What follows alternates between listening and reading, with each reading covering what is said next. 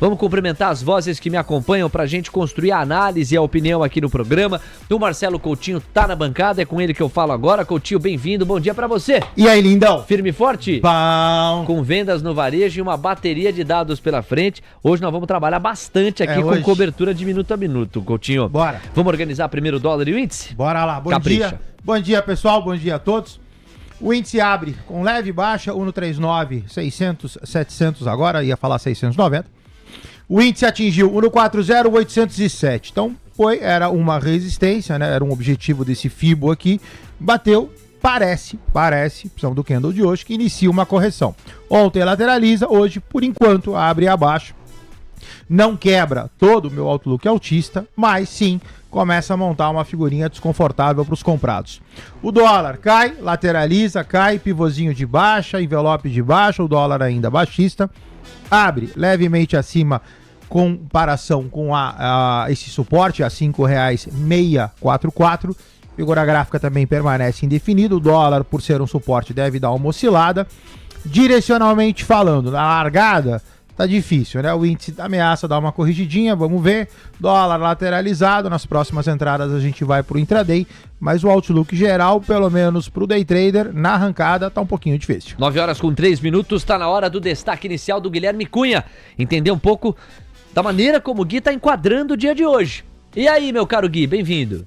Ah, Leozinho, até câmera nova eu tô trazendo aqui para excitar o movimento, visto que tô com o Coutinho, principalmente para o índice futuro, o início desse pregão, né, e o fechamento até mesmo de ontem não traduz em boas consequências e oportunidades para o movimento gráfico. Mas, Léo, 9h30, 9h40, nós temos todo esse contexto do calendário econômico que pode traduzir numa alteração significativa no que diz respeito ao sentimento do mercado. Por hora, o índice para baixo, dólar pronto para fazer um repique mais próximo dos 5,70 e nenhum dos dois altera a tendência. Ainda bolsa para cima, dólar para baixo num contexto mais amplo, mas até 9h30 o mercado pode ir fazendo esse movimento, azedando no índice e puxando um cenário para o dólar. Nós temos 9h04. Obrigado ao Gui, destaque inicial. Bom, é o seguinte, amigos, daqui a pouquinho tem o release do IBGE pra gente entender o que é que mais retraiu no varejo, o que é que demonstrou resiliência, a gente vai pro olhar qualitativo. Mas o fato, pensando na construção do contexto, é que essa fotografia das vendas no varejo no Brasil, embora até permitam o fechamento da curva de juros por aqui, veio uma foto mais fraca, exemplo do que ontem demonstrou o volume de serviços. A gente sabe que a curva de juros brasileira ontem ficou com uma dinâmica amarrada por causa da curva de juros americana e o baixo espaço que o Fed teria hoje para cortar juros ao longo do ano. E também é importante mencionar que tão importante quanto esta foto é o compasso de espera antes da bateria de imagens que a gente vai ter nos Estados Unidos às 9h30. Com seguro-desemprego, com vendas no varejo por lá, com a fotografia da indústria do Fed de Filadélfia e 10 minutos mais tarde, com as palavras de Jerome Powell. Então, Gui, eu também queria que você comentasse isso. É uma digestão normal que a gente está tendo aqui das vendas do varejo, como ocorreria em qualquer dia, mas o que não é normal, não é comum, é que a gente tenha um sanduíche tão expressivo quanto esse, porque 9h30 o jogo pode virar outro, a depender do que os dados americanos mostrarem. É outro pregão, na verdade, né, Léo? Então a gente tem até as 9h30 essa digestão, vendas no varejo aqui bem menos impactante do que quando a gente vai olhar para o movimento dos Estados Unidos da América. Então, realmente, né, quem estiver em operação às 9h30 está muito mais especulando lá fora o dado americano do que essa absorção aqui no nosso país. Então, eu olharia para o movimento de preço, os devidos rompimentos dessas faixas das 9h30. Aí sim, teremos um norte. Até lá, o índice pode vir a fraquejar, o dólar vem agora traduzindo numa expectativa até um pouco melhor do que o gráfico demonstrava, mas é isso, tá? Esperar não só o dado, mas as falas de Jerome Powell aí que a gente vai ter o início do nosso pregão do dia de hoje. 9,6, obrigado, Gui. Vamos voltar a fazer contato com o Coutinho aqui pelo seguinte, Coutinho, o dólar deu uma aprofundada no viagem baixa, até de maneira contraintuitiva pelo nosso Morning Call. Alex e Beda entendiam que a moeda americana tinha mais razões para ficar mais cara nesse primeiro momento, porque as commodities estão caindo e porque tem uma perspectiva ainda de correção técnica frente às quedas acumuladas da moeda americana. Mas por enquanto ela teima em insistir a baixa, recua 0,24%, R$ 5,649. Graficamente, a sua tendência continua apontando para um dólar mais baixo hoje, ou você acha que é normal manter a correção de ontem? Para mim é para baixo, Leozinho. Olha só, se você olhar aqui no gráfico de 60, você tem clara tendência de baixa, você tem 3 fibos desenhados, todos eles para baixo, você tem um longo baixista, um revertido baixista, e esse agora que eu troquei de cor, esse laranjinha, também para baixo. Então, R$ 5,653 era a primeira resistência, 668 a segunda resistência, upside máximo do dólar, caso ele resolva subir para a posterior queda, R$ 5,683. Obrigado, Coutinho. 97. Olha, o Indifut está caindo 0,18%. Aí também a tua provocação, /opinião, /posicionamento. Os nossos analistas até aqui sugerem que o Ibovespa Futuro possa continuar a atuada de correção ontem, embora estruturalmente não mude nada. E aí vai bem em linha com o que o Gui mencionou ainda nessa quarta-feira, quando ele disse, pode cair mais uns 3, 4 mil pontos aí, que a pegada continuaria de alta para o Ibov. Graficamente falando, hoje, a expectativa maior que você tem em relação ao Indifut? É diferente, Léo, eu olho para cima, tá? Então, de novo, são 3 fibos, os 3 fibos apontados para cima, tem um fibão longo de alta, um revertido de alta e o laranjinha do gráfico de 60 também de alta. O que eu tenho é o índice cota 139,810, eu tenho uma leve queda nesse movimento a 139,225 para posterior alta. Por enquanto, graficamente, tanto no gráfico diário quanto 60, o índice aponta para cima. Ok, Coutinho. Bom, daqui a pouquinho a gente vai ter uma tabelinha com o Gabriel Junqueira também para organizar os vários resultados que nós tivemos. Mas, Gui, eu queria te ouvir particularmente sobre esse ponto que nos pautou muito na primeira faixa aqui do Manhã TC News.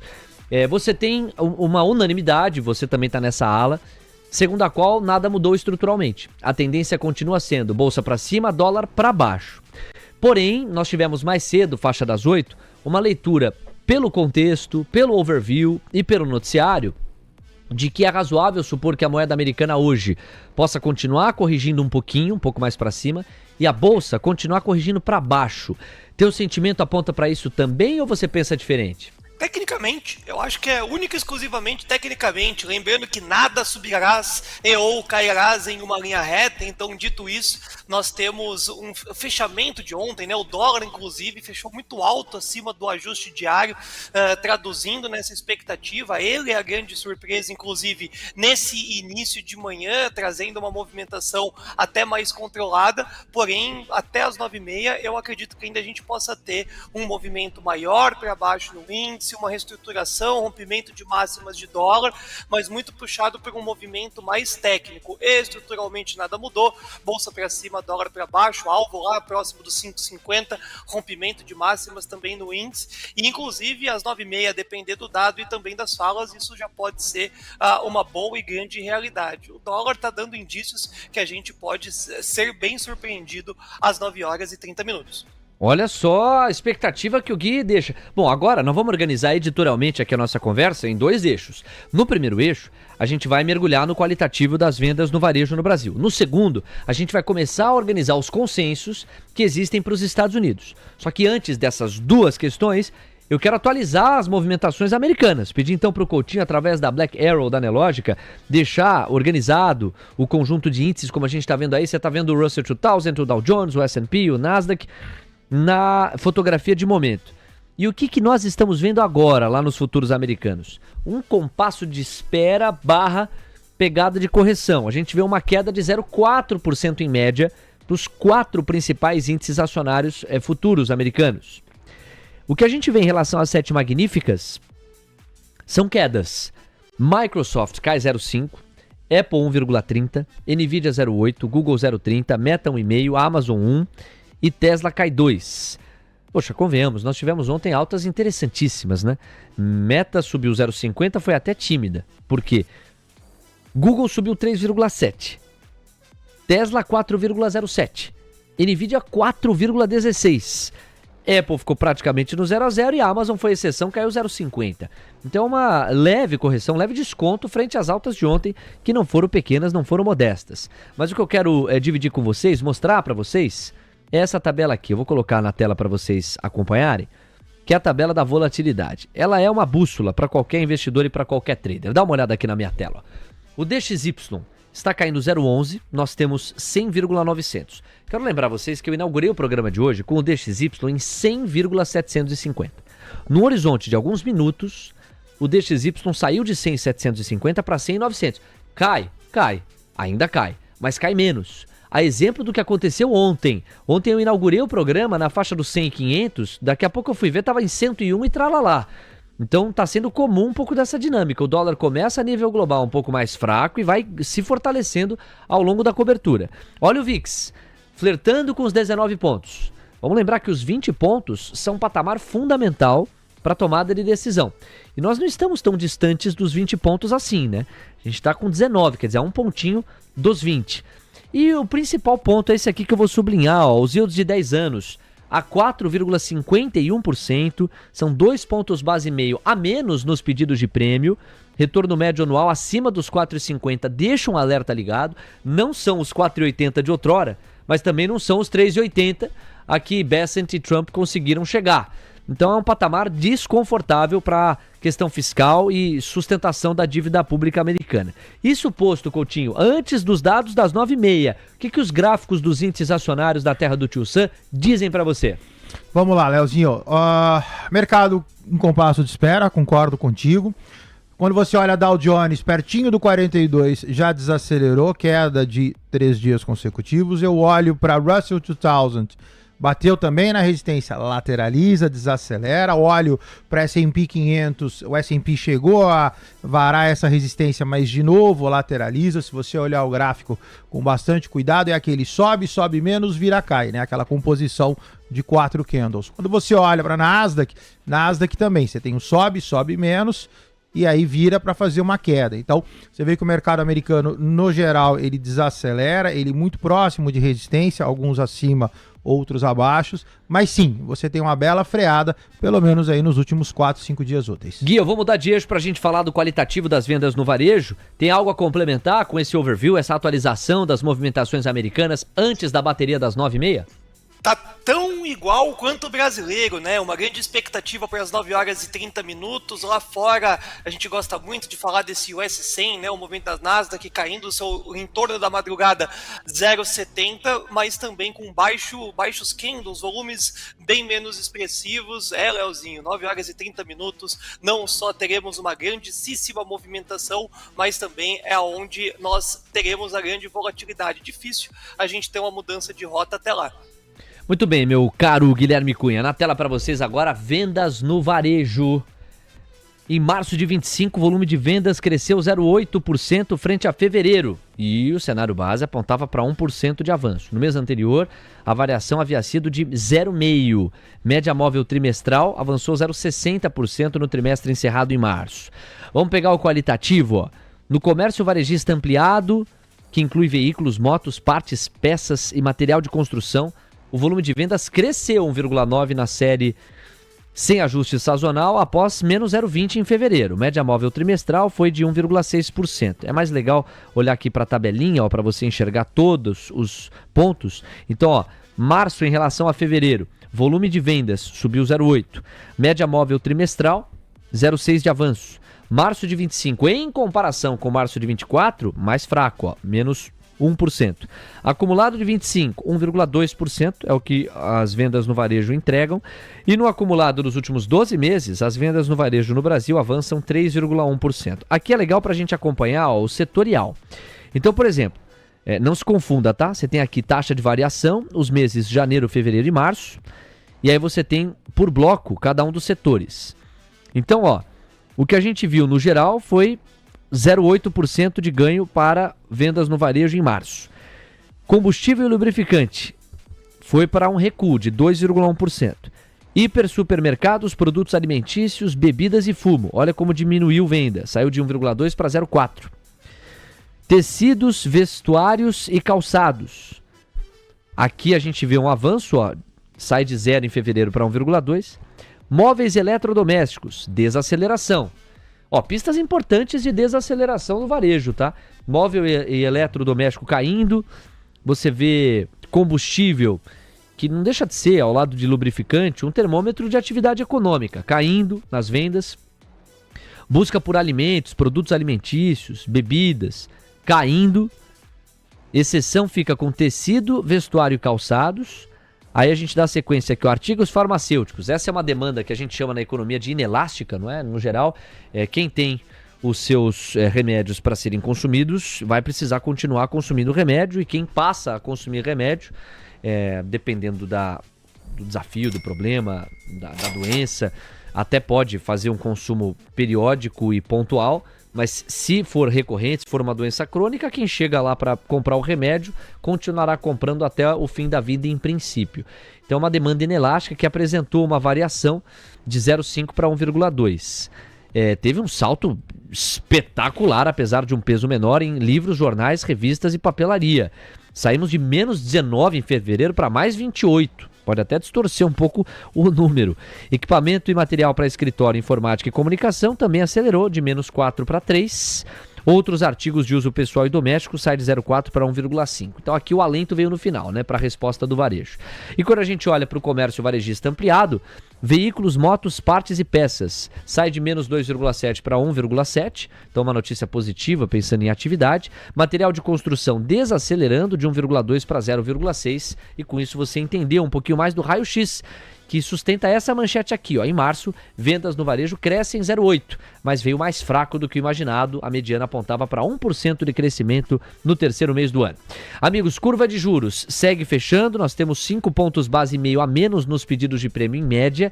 O dólar está caindo 0,29%, R$ 5,647. E o Ibovespa Futuro caindo 0,23%, 139.730 pontos. Gui, sobre o qualitativo do material do IBGE quanto à venda do varejo ou as vendas no varejo, algo a acrescentar ou podemos já partir para os Estados Unidos?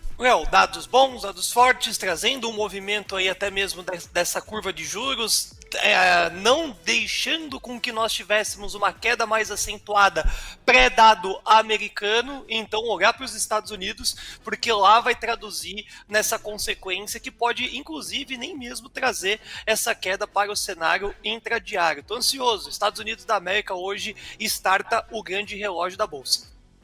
Tudo bem, meu caro Gui. Ó, o Record Bemo, que tá por aqui, acho que é Record Bemo que fala, Record. Um abraço pra você, bom dia, obrigado pela audiência. Ele coloca aqui, em relação a vendas no varejo, cresce, mas veio fraco. Não é essa construção. As vendas no varejo, Record, apostando aqui na sua boa intenção e sempre no seu respeito, elas vieram em crescimento, em 0,80, mas não vieram fracas, vieram mais fracas do que imaginado. No fim do dia é sempre interpretação e cognição. Então não se trata de vir fraco, se trata de vir mais fraco do que o consenso. É sobre isso, tá, Record? Então vou repetir de novo com menos ritmo para você capturar. Não é que as vendas no varejo vieram fracas em março, combinado? Elas vieram mais fracas do que o consenso. O consenso apontava para 1% de incremento, veio em 0,8%. Então é perfeitamente razoável dizer e sustentar que elas vieram mais fracas do que o consenso, embora ainda demonstrem uma foto. Na complexidade da economia, muitas vezes uma verdade não vai anular uma outra, tá bom? E aí a gente vê no critério de precificação, o que vai prevalecer na hora do comportamento dos ativos financeiros. Por hora, a curva de juros está fechando, ela segue fechando. A gente não consegue exatamente separar o quanto que é pela fotografia um pouco mais fraca do que imaginado das vendas no varejo, ou mesmo pelo volume de serviços ontem mais fraco, e o que é a curva de juros americana. Eu tendo a achar que é até mais a curva de juros americana, tá, Record? Porque a curva ontem, lá nos Estados Unidos, ela se manteve um pouquinho mais alta, e isso impediu que outras curvas realizassem, também manteve curvas pelo mundo mais altas, e hoje a gente está vendo ainda uma curva de juros americana um pouquinho mais fechada. A gente está vendo os prêmios ali fecharem. Isso abre um pouco de espaço para outras curvas pelo mundo fecharem e é o que a gente segue flagrando na nossa curva de juros por aqui. O dólar está caindo 0,27, Coutinho, te devolvo com esse gancho. E o Ibovespa Futuro recua 0,19. Vamos ver se graficamente se encontra alguma novidade. Quando você me devolver a palavra, a gente já vai mudar o clima e vai partir para a cobertura especial, dados macroeconômicos relevantes lá nos Estados Unidos. Pois não, Coutinho? O dólar do seu lado direito cai, então a priori segue a toada que eu imagino, seria uma baixa pelos pivôs que eu tenho. No curto prazo, agora a gente migra para o gráfico de 15 minutos, né? Então, o gráfico de 15 altista, né? Veio toda a alta do dia de ontem e essa inflexão no dia de hoje. O dólar agora sentadinho R$ 5,644, é um suporte, por favor, fiquem atentos, vocês têm região de volatilidade, mas deveria manter sim uma baixa. Pode dar uma oscilada em função desse suporte, mas deveria fazer movimento de correção. Quem tiver vendido, por favor, fique atento. No caso do índice lado esquerdo, baixista, segue. O índice sentado naquele suporte comentado anteriormente, 139,630, poderia vir a 139,225 para posterior alta. Por enquanto, neste candle de 15 minutos, você tem o segundo do dia, você tem o índice respeitando esse suporte e já querendo engatar uma alta. Acho pouco provável que seja uma alta num movimento só. Às 9h22, agora, especialmente para a Bolsinha de Valores, escreveu aqui, saíram os dados do meu coração. Alta de amor pelo Coutinho, alta de paixão pelo Léo Lindo, alta de libido pelo Luquinhas Baby. Putz a vida! Comentário do Coutinho, por favor. Não, melhor não. Não comentar. Melhor comentário do Lucas Wood, por favor. Sem comentários. Dá pra fazer um comentário que todo mundo fala que eu tenho cara de 15 anos, então eu não me sinto mais ofendido. Guilherme Cunha, você que não foi cantado aqui pelo perfil Bolsinha de Valores, você como observador de fora, quer fazer algum comentário ou podemos ir para os Estados Unidos? Tô carente. Podia ter tido um like pra mim também. Mudei a câmera, eu tô perdido, eu olho pra um lado e vai pra outro. Tá tudo bem. Tá bom, Gui. Calma, a Bolsinha de Valores também vai chegar até você. 9h23. Então, ó, pro Marcos Ceravolo. Também tá por aqui o Ceravolo. O Douglas Micheletti, o Ciclopes. Também tá na área o Treidinho BC. O Vini Meu Lindo, que é outro perfil atirado que nós temos aqui no chat. O Ike Grafista. O Rafael Trader. Também tá na área o Rivotrilde, direto das areias batidas de Santos. Alô Santos, nossa audiência santista.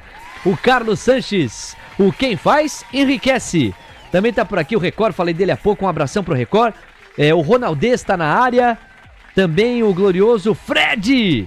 Muito obrigado pela audiência de todos vocês. O Vovô Economista, o AR Games, a Ana Rovai, o Alexandre Bruno. Gente, são mais de 2.750 simultâneos, mais de 1.100 likes.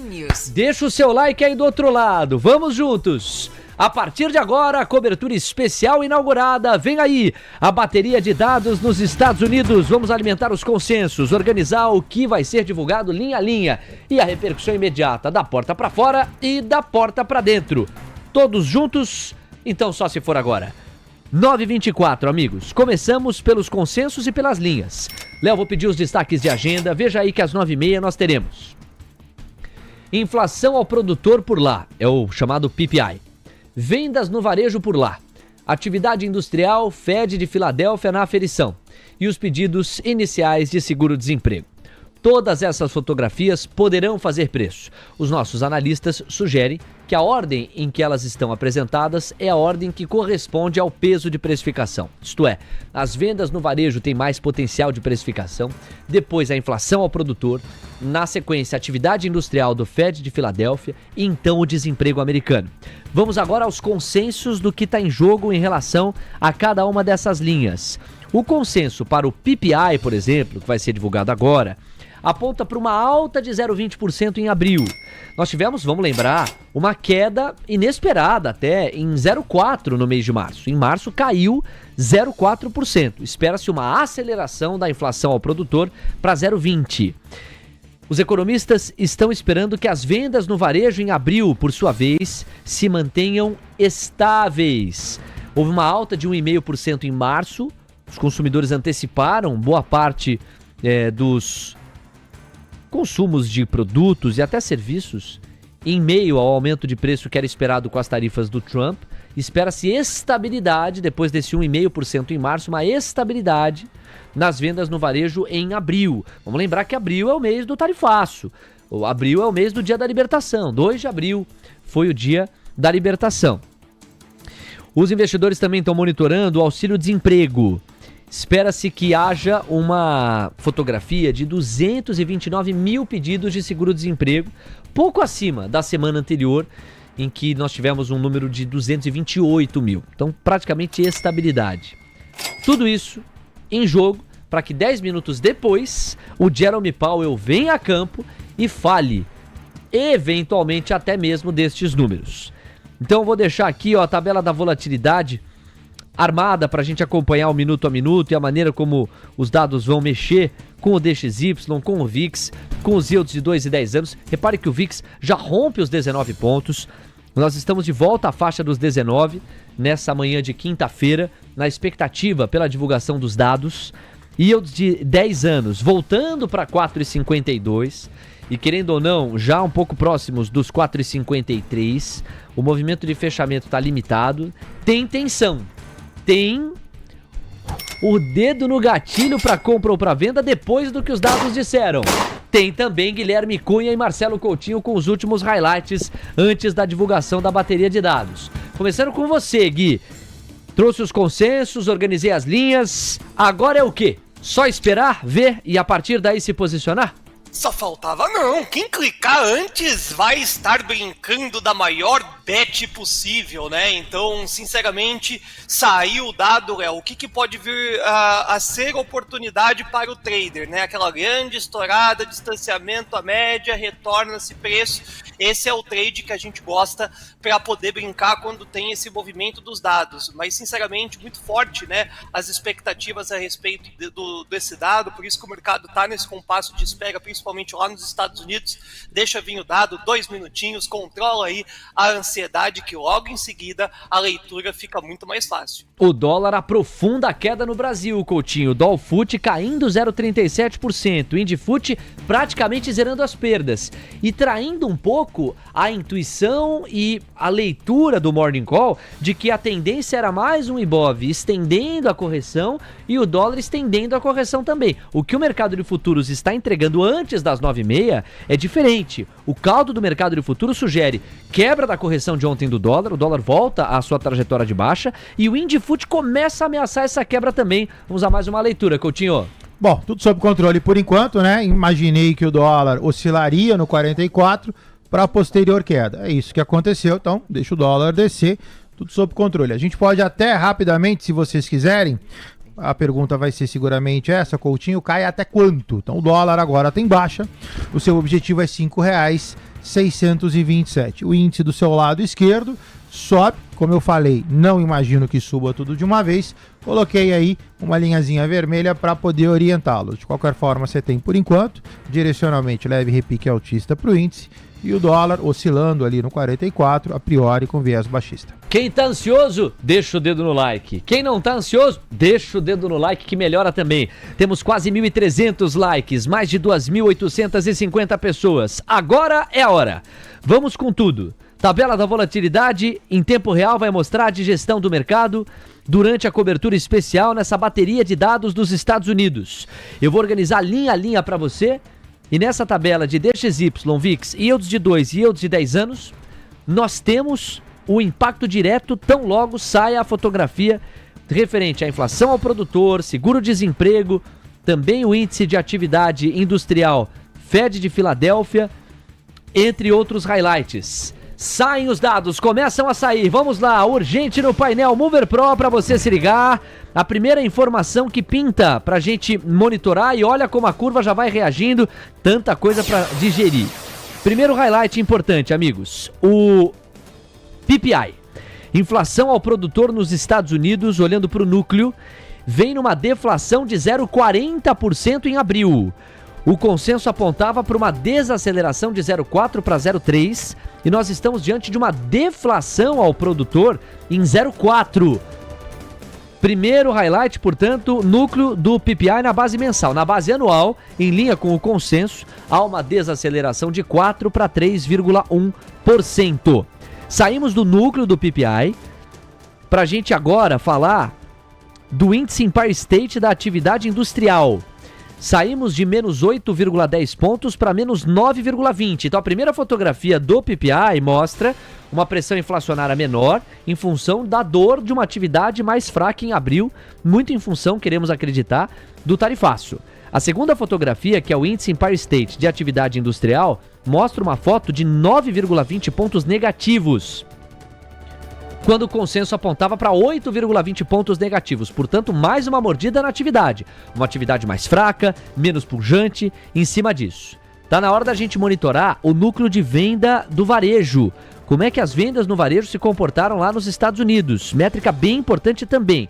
Pessoal, nós tivemos uma foto mais fraca do que a imaginada. Esperava-se em abril 0,3% de avanço, uma desaceleração ante o dado anterior. E o que a realidade entrega é quase um 0 a 0. Veio 0,1. Então, ó, núcleo de vendas no varejo sai de 0,8, porque o dado anterior foi revisado de 0,5 para 0,8, sai de 0,8 e vai a 0,1%, quase um 0 a 0. Mais uma mordida na atividade. Até aqui, todas as evidências com uma só direção. Atividade mais fraca nos Estados Unidos em abril. Resta saber se o mercado vai levar isso às últimas consequências na precificação ou vai considerar que o mês de abril é só uma lombada. E agora tem que entrar nos preços mais o alento, o alívio, a acomodação comercial entre Estados Unidos e China do que qualquer outra coisa. A ver. Então, ó, pagamos aqui vendas no varejo mais fracas, pagamos aqui inflação ao produtor mais fraca, pagamos também o índice Empire State de atividade industrial mais fraco. Me permitam dizer que se o índice Empire State de atividade industrial veio mais fraco, o índice de atividade industrial do Fed de Filadélfia veio um pouco melhor, tá? Por quê? Nós saímos de menos 26,4 pontos, aqui vem o assopra na atividade. Saímos de menos 26,4 e a realidade está entregando menos 4 pontos. Então uma recuperação de 22 pontos para o índice de atividade industrial Fed de Filadélfia. O consenso apontava para menos 11,3, ou seja, o consenso até enxergava uma fotografia de melhoria, mas a realidade entregou uma melhoria mais forte ainda, aliás, substancialmente mais forte. Falta pagar o seguro-desemprego, não tem notícia, veio em linha com o imaginado.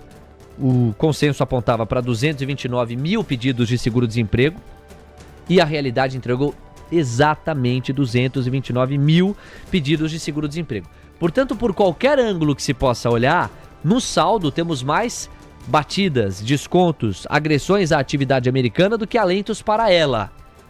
Resta saber agora como o mercado está digerindo. Na tabela da volatilidade, há uma coerência. A curva de juros fecha em cima de uma atividade mais fraca que, portanto, quer queiram, quer não queiram, abre espaço para o Fed ser mais compassivo com corte de juros do que com alta deles. O VIX, por sua vez, se despede dos 19 pontos. Veja como há uma descompressão. VIX agora em 18,76 pontos. É uma alta ainda, reconheçamos, mas uma alta de 0,8. E o DXY, em linha com uma curva que fecha, diante de um Fed que vai ter um pouco mais de espaço ao debate para cortar juros em detrimento de subi-los, também vê ou mostra um dólar a nível global mais fraco. É um DXY que volta a dar uma acelerada nas quedas, estava em 100,900, tem agora 100,745, 0,30% de marcha ré. Amigos, é uma cobertura especial que já vai nos empurrar para outra, porque em 6 minutos está na hora de Jerome Powell falar. Então vamos organizando aqui pouco a pouco o movimento. O saldo é o seguinte, Lucas, atividade mais fraca nos Estados Unidos está pautando os mercados globais. Esse é o saldo. E o Jerome Powell vai falar já já. Vamos ver o reflexo nas 7 magníficas. Podemos colocar o gráfico do Coutinho na tela também, para a gente exibir como é que dólar e índice estão se comportando. E nesse caso aí, ó, de Estados Unidos, os 4 indicadores, você fica à vontade, Coutinho, para onde a notícia vai mais. Porque Tesla está caindo 1,38, Amazon 0,85, Meta 1,24, Google 0,40, Nvidia cai 0,4 também, Apple recua 0,9, Microsoft 0,26. Deixa eu pedir ao Lucas a fotografia dos índices acionários americanos, Dow Jones, S&P, Nasdaq, Russell 2000, como é que a digestão desses dados mudou, mexeu com a dinâmica desses personagens. Você, Lucas. 10. Os 3 índices caem, Léo. O S&P 500 na região dos 5.875 pontos, retraindo 0,28%, cerca de 0,3%. Dow Jones, 41.933 pontos, na mesma região, 0,28% de retração, então cerca de 0,3% de recuo. Para a gente finalizar aqui, Nasdaq, 21.226 pontos, 0,45% de queda, Léo. Da porta para dentro, essa bateria de dados implicou o quê? Um encorpamento do fechamento dos vértices da nossa curva de juros, alguns deles vão renovando mínimas intradiárias. Nós temos, em linha com o que aconteceu na curva americana, uma curva brasileira mais fechada. Já chegamos a 8 ou 7 pontos base e meio a menos nos pedidos de prêmio, a depender do ponto da curva para o qual se olhe. Dólar caindo 0,42%, R$ 5,639. E o Ibovespa futuro acentuou um pouco o viés de baixa, 0,14% de marcha ré, 139.850 pontos. Os gráficos do Coutinho ajudam a gente a nortear o público em cima do minuto a minuto. Vamos lá, Coutinho, começando da porta para dentro, dólar e índice, como é que a gente organiza o raciocínio para o trader que está com a gente? O índice permanece altista, como eu falei, não imaginava que subisse tudo de uma vez, deu uma desacelerada. Então, a priori, mantém aquele suporte a 139.630, tem uma toada baixista, leve repique. Vamos ver como é que caminha. Não é o melhor. O melhor, sim, o melhor por enquanto está o dólar. O dólar, ele rompe, se afasta daquele 44, cota R$ 5,630 agora, 39, perdoa. Perdeu a linha, então o dólar eu cantei a baixa, eventualmente melhora, quanto mais eu me distanciar de R$ 5,644. Obrigado, Coutinho. Da porta para fora, o que o comportamento dos índices americanos demonstra?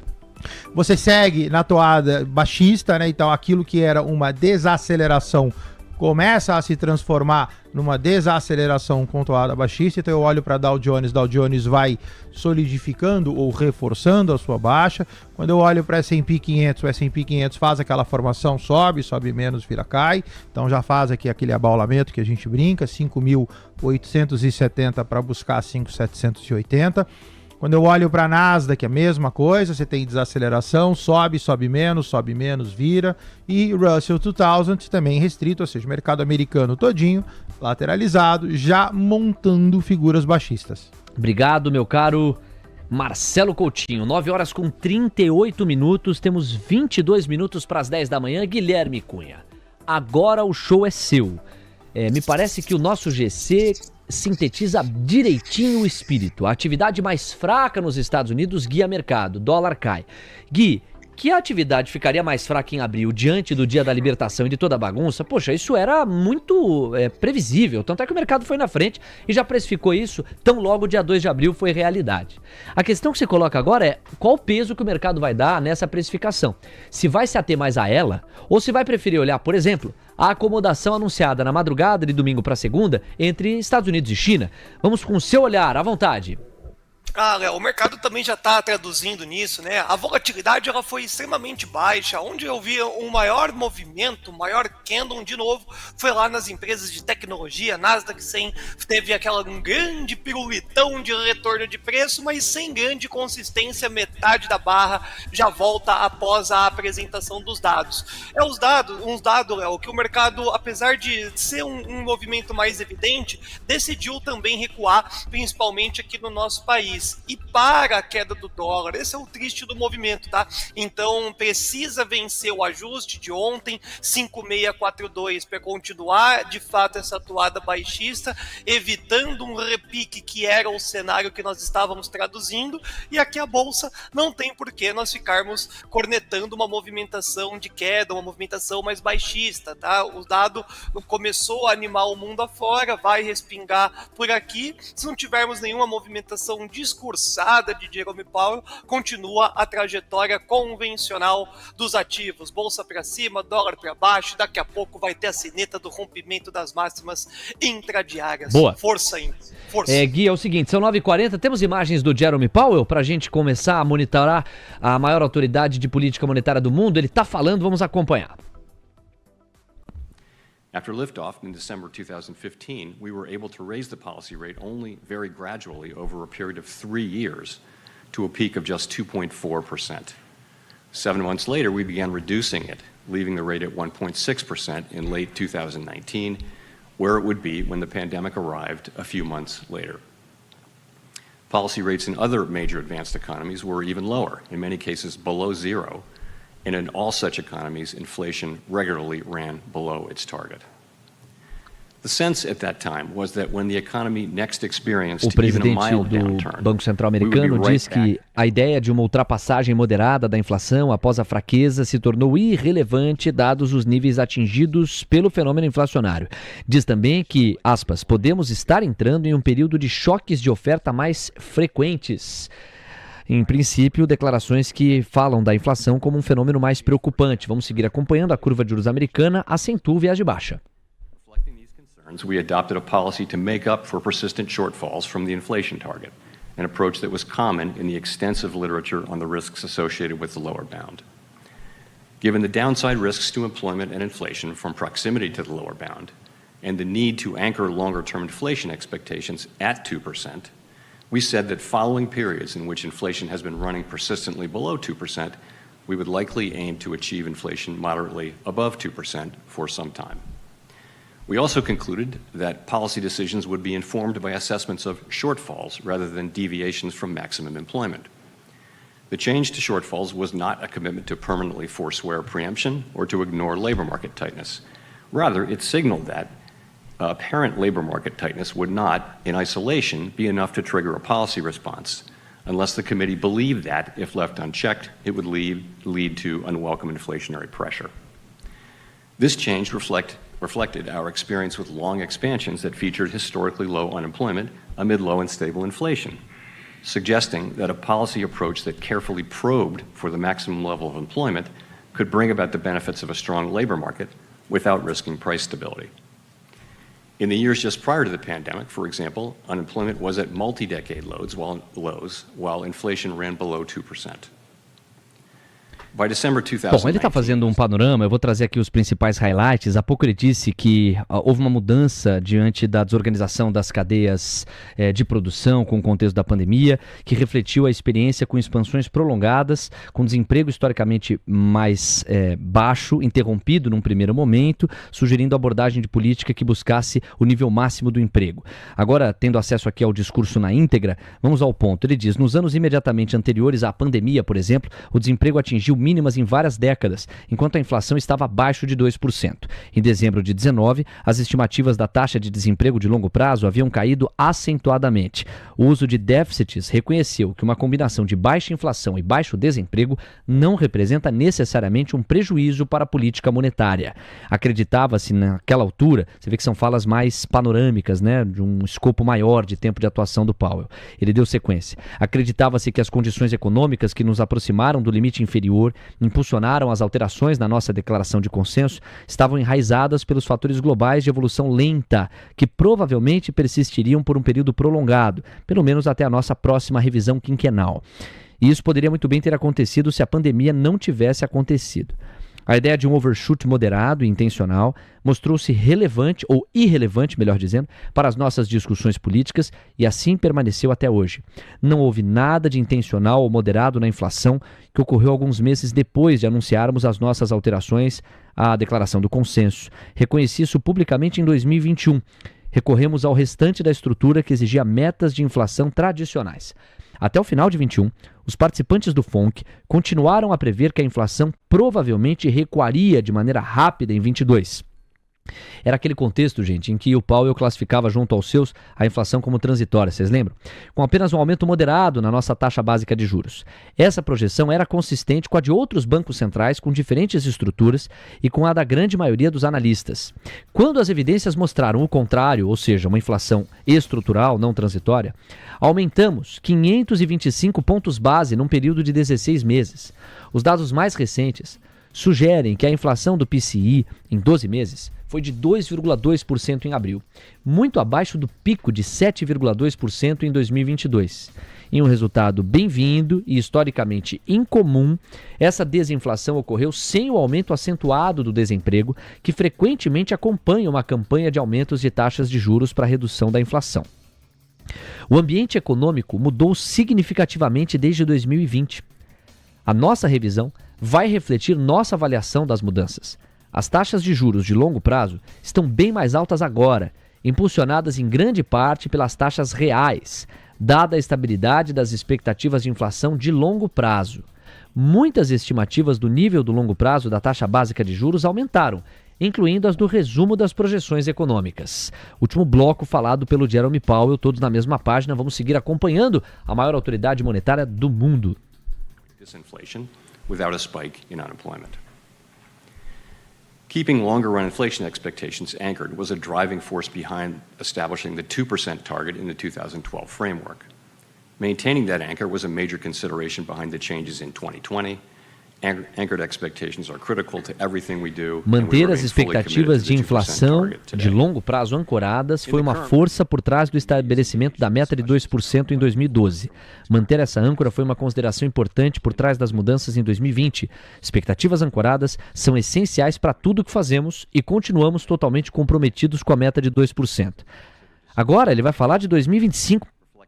E a gente começa dizendo, na revisão atual, o comitê está envolvido em discussões sobre o que aprendemos com a experiência dos últimos 5 anos. Atenção, é a parte em que ele fala de 2025 agora, hein? Planejamos concluir a consideração de mudanças específicas na declaração de consenso nos próximos meses. Estamos prestando atenção especialmente nas mudanças desde 2020, pois consideramos atualizações discretas, mas importantes, que refletem o que aprendemos sobre a economia e a maneira como essas mudanças foram interpretadas pelo público. Em nossas discussões até agora, o colegiado indica que achava que seria apropriado reconsiderar a linguagem na hora de falar dos déficits. E em nossa reunião na semana passada, tivemos uma opinião semelhante sobre a meta de inflação média. Garantiremos que nossa nova declaração de consenso seja robusta a uma ampla gama de ambientes e desenvolvimentos econômicos. Além de revisar a declaração de consenso, também consideraremos possíveis aprimoramentos em nossas comunicações formais de política monetária, particularmente no que diz respeito ao papel das previsões e dos fatores de incerteza. À medida que revisamos as avaliações do quadro de 2020 e decisões de política monetária dos últimos anos, uma observação comum é a necessidade de comunicações claras à medida que eventos complexos se desenrolam. Embora acadêmicos e participantes do mercado, em geral, considerem as comunicações do FONC eficazes, sempre há espaço para melhorias. De fato, a comunicação clara é um problema, mesmo em tempos relativamente tranquilos. Uma questão crucial é como promover uma compreensão mais ampla da incerteza que a economia em geral enfrenta. Em períodos com choques maiores, mais frequentes ou mais díspares, uma comunicação eficaz exige que transmitamos a incerteza que cerca a compreensão da economia. E ele encerra agradecendo a presença de todos e dizendo que essas discussões são importantes para ampliar e aprofundar o sucesso futuro da ancoragem e da comunicação do FED. Amigos, é uma fala institucional, uma fala de estratégia de comunicação do FED, que através de um escopo, um recorte temporal, basicamente de 2012 para cá, organizou alguns dos eventos que exigiram por parte do FED mudanças eventuais nos critérios ou nas modelagens que o norteiam. Basicamente foi isso. E quando se chegou a 2025, aí sim o que eu considero a notícia, a menção à palavra déficit no seguinte contexto. Em nossas discussões até agora, os participantes do colegiado do FONC indicaram que achavam que seria apropriado reconsiderar a linguagem em torno dos déficits. E em nossa reunião da semana passada tivemos uma opinião semelhante sobre a meta de inflação média. Se a opinião é semelhante, então não quer deixar brecha para eventual revisão de alta na meta da inflação. O Jerome Powell basicamente está dizendo, a meta da inflação do FED é 2% e na semana passada tivemos uma opinião semelhante sobre essa meta. Portanto, não tem muita brecha para revisão da meta de inflação do FED. Esse é um aspecto. Mas o aspecto anterior é esse. E aqui não dá para entender o que ele quer dizer. Mas a porta está aberta, né?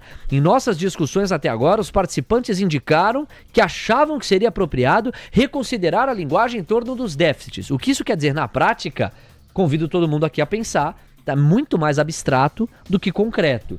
Temos 9 horas com 50 minutos, mas é um ponto, porque no nosso Morning Call a gente enfatizou muito isso com o Alex. O mercado tende a endereçar cada vez mais as questões fiscais americanas e a questão da dívida. O Alex trouxe, inclusive, fotos, metodologias, gráficos, recursos que ajudam a amparar parte dessa preocupação do mercado em cima de um yield de 10 anos que não arrefece dos 4,5. Vamos fazer o seguinte, vamos mostrar aqui para vocês a tabela da volatilidade depois que o Jerome Powell entrou em campo. Veja, na medida em que ele fala do déficit e etc., não sei se a interpretação do mercado é de que ele está sendo mais hawkish, né? Quando ele fala, olha, a meta de inflação é 2%. Eu não vou ficar revisitando meta de inflação junto do colegiado. A gente insiste que ela tem que ficar em 2%. Então vamos lá, porque não chegou, o trabalho do Fed ainda não foi entregue. Ainda que você fale, como ele menciona, que o PCI nos últimos 12 meses, numa última divulgação, ficou em 2,2, 2,2 não é 2. Então o trabalho do Fed ainda não terminou. Esse é um primeiro aspecto para quem quer embalar como uma pegada mais hawkish. E o segundo é que quando ele vai lá e dá uma atenção mais forte ao termo déficits e sugere que o colegiado está olhando com mais critério, cautela, cuidado, peso para déficits, bom, então, meus amigos, certamente isso tem que entrar no radar mais na precificação dos próximos passos do Federal Reserve. O que o mercado fez foi devolver o fechamento dos yields de 10. Ó, aqui, ó. 4,54%. A gente chegou a narrar 4,48% praticamente. Já volta para 4,54%. Me parece que o mercado está na dúvida sobre o que Powell quis dizer quando fala de olhar com mais atenção para a questão do déficit. Eu vou fazer, antes de ouvir o Gui e o Coutinho, vou fazer uma busca aqui, quer ver? Ó, se houve outra menção à palavra déficit, ó, déficit, aqui no comunicado, ele fala, concluímos também que as decisões políticas seriam baseadas em avaliações dos déficits e não de desvios em relação ao desemprego. A mudança para déficits não representou um compromisso de abandonar ou ignorar a rigidez do mercado de trabalho. Ô, gente, eu vou arriscar uma síntese aqui, hein? O que o Powell está dizendo no fim do dia é, o nosso duplo mandato pode virar triplo. Porque se o Fed olha para pleno emprego e olha para a inflação, para a meta de inflação, talvez o que o mercado comece a precificar é uma postura do Fed de olhar para o déficit quase como uma terceira camada do seu mandato. Depois, ó, uma terceira menção a déficit vem no termo, quer ver, ó? O uso de déficits reconheceu que uma combinação de baixa inflação e baixo desemprego não representa necessariamente um prejuízo para a política monetária. Aqui entendo que dá para tirar pouca coisa. Mas as menções anteriores sugerem um olhar mais atento por parte do Federal Reserve em relação à questão fiscal americana. Bom, são 9h53, a gente fez a cobertura, tradução simultânea, na medida em que eu acessei aqui o discurso na íntegra, pude trazer palavra a palavra para você esse minuto a minuto, e a repercussão do mercado, que é basicamente devolução do movimento que a bateria de dados das 9h30 havia suscitado. Amigos, da porta para dentro, essa curva de juros que devolveu parte do fechamento, limitou o fechamento da curva brasileira também, tá? O que já havia sido 8 ou 7 pontos base e meio a menos nos pedidos de prêmio, volta para uma média de 5, 5,5. Ainda assim, serviços mais fracos ontem, varejo mais fraco hoje, ajudam a curva brasileira a fechar mais do que a americana. O dólar está caindo 0,37%, portanto temos pouco a comentar, e o Indifut também. Senhoras e senhores, 9h54, 6 para as 10. Graficamente, alguma novidade, Coutinho? Não, agora não, Léo. Se você olhar o índice e o dólar, a gente até teve lá fora, tá? O índice, a priori, no gráfico de 15, praticamente no 0 a 0. O dólar, no gráfico de 15, ele chegou a cair, depois ele chegou a subir e agora também ali no 0 a 0. Então, praticamente da porta para dentro não teve nada. O que a gente teve durante o discurso do Powell foi um aumento de volatilidade nos 4 índices americanos, mas, como você mesmo já comentou, acabou arrefecendo tudo praticamente nos valores iniciais. 9h54. Obrigado, Coutinho. Guilherme Cunha, show é seu. À vontade, vá por onde achar que deve, para você fazer o saldo dessas falas do Jerome Powell. Uma fala mais institucional, né, Gui? Tudo, né, geramos um grande contexto de espera, né, todo o movimento, tanto para o dado quanto para as falas, e foi mais do mesmo, então nós não tivemos literalmente nenhuma alteração das expectativas a respeito do ponta técnica, e o que a agenda macro poderia fazer foi só uma pequena volatilidade, muito mais lá fora do que aqui dentro do nosso mercado. Então, por hora, Léo, então vamos manter o contexto técnico, bolsa para cima, dólar para baixo, respeitando no dólar 5,5 5642, para mim tem essa parte mística aí, não só por ser o ajuste, mas é um alvo inicial desse contrato. Enquanto não rompeu o 5642, fica desconfortável o movimento vendedor. Rompeu, aí tem esse abismo, continua-se o movimento de queda, e o índice mesma coisa, né? Então aquele cenário mais técnico para baixo tende a ser anulado e continua-se a expectativa na ponta mais compradora do que vendedora. Segue o baile, movimento técnico, é como se nós não tivéssemos, inclusive, às 9 horas e 30 minutos, aquele embalo que nós precisávamos para seguir. O dado veio mais, entre aspas, até que pró-risco, e o Jerome Powell não trouxe insight algum. Essa é a grande verdade. Pois é, 9,56. Embora eu não apequenasse, ou acho que talvez a construção seria assim, eu não apequenaria a menção que ele dá aos déficits e a ideia eventual de um mandato mais abrangente que passasse a perseguir. Isso aí já é avançar algumas caixas, alguns degraus, né? Isso ele não menciona, tá abstrato. Mas a maneira como ele sugere que o Fed está olhando e que o colegiado passou a comentar a questão do déficit, me dá a leitura de que isso vai, se não ser um terceiro mandato formal do Fed, no mínimo um subsegundo mandato. Tem 2, repito aqui, a meta de inflação em 2% e o pleno emprego na medida em que a inflação se acomoda. Temos 4 minutos para as 10 da manhã, o Gui ainda fica com a gente justamente até a boca do gol do mercado à vista, então já já a gente muda o eixo, pergunta para ele sobre dólar, índice e a maneira como ele pretende operar ao longo dessa edição, lembrando que ele volta na faixa das 11 em função das férias do Fernando Marques. Antes, Coutinho, bom, se no gráfico você não viu nenhuma novidade exatamente, no caso americano, porque é o seguinte, ó, a tabela da volatilidade está mostrando DXY de volta aos 100,750, o VIX abandonou os 19 e yields de 2 e 10 anos, esses ainda estão com a dinâmica meio que no freio de mão puxada, né? Mas quando você olha para as 7 magníficas, a gente tem uma pegada de queda ainda prevalecendo entre elas. Nos índices acionários, dá para projetar o quê? O mercado à vista abre lá em 33 minutos. Vamos colocar esses caras no gráfico de 15 e a gente pega um pouquinho do intraday deles para poder ver o que está acontecendo lá fora. Então, olha só, Léo, quando você fala, por exemplo, de Dow Jones, né? Então, Dow Jones baixista, deu uma seguradinha aqui na metade do dia e agora faz essa lateralização, que é uma figura de divergência, ou seja, não me traz muito. Quando eu faço a mesma coisa para S&P, quando eu faço a mesma coisa para Russell 2000 e para a Nasdaq, você vê que a gente praticamente está nessa toada, né? Ou seja, a gente falou da desaceleração, você nota a questão da queda ou da desaceleração. Então, assim, difícil dizer. Eu estaria na primeira movimentação de inflexão, ou seja, quando o mercado para de subir e faz a sua primeira figura baixista. O que me chama a atenção, sim, os 4 índices falam a mesma língua, né? Ou seja, os 4 viram para baixo. Então, assim, é muito cedo para falar ainda porque eu estou no início do movimento, mas sim, já desacelerou, já lateralizou e já começou a descer. 9 horas, 58 minutos, 2 minutinhos para as 10 da manhã. Guilherme Cunha, para a gente fechar contigo a tabela e já cumprimentar o Gabriel Junqueira, vamos mergulhar muito nos balanços. A próxima atração do seu Manhã TC News são os balanços que foram divulgados ontem, vão ser digeridos hoje. Temos muito a falar das empresas, cobertura especial no mercado à vista. Gui, deixa o recado final, como é que você vai para esse mercado à vista em relação ao dólar, em relação ao índice? Eu vou, inclusive, esperar essa abertura do mercado à vista, junto ao brasileiro e também americano, para entender uma digestão melhor. De novo, né, uma bagunça generalizada nessa 1 hora, devido ao contexto da agenda. Nada mudou, mas o mercado ainda não toma o seu direcional. Enquanto não romper oficialmente o 5642, eu não vendo dólar.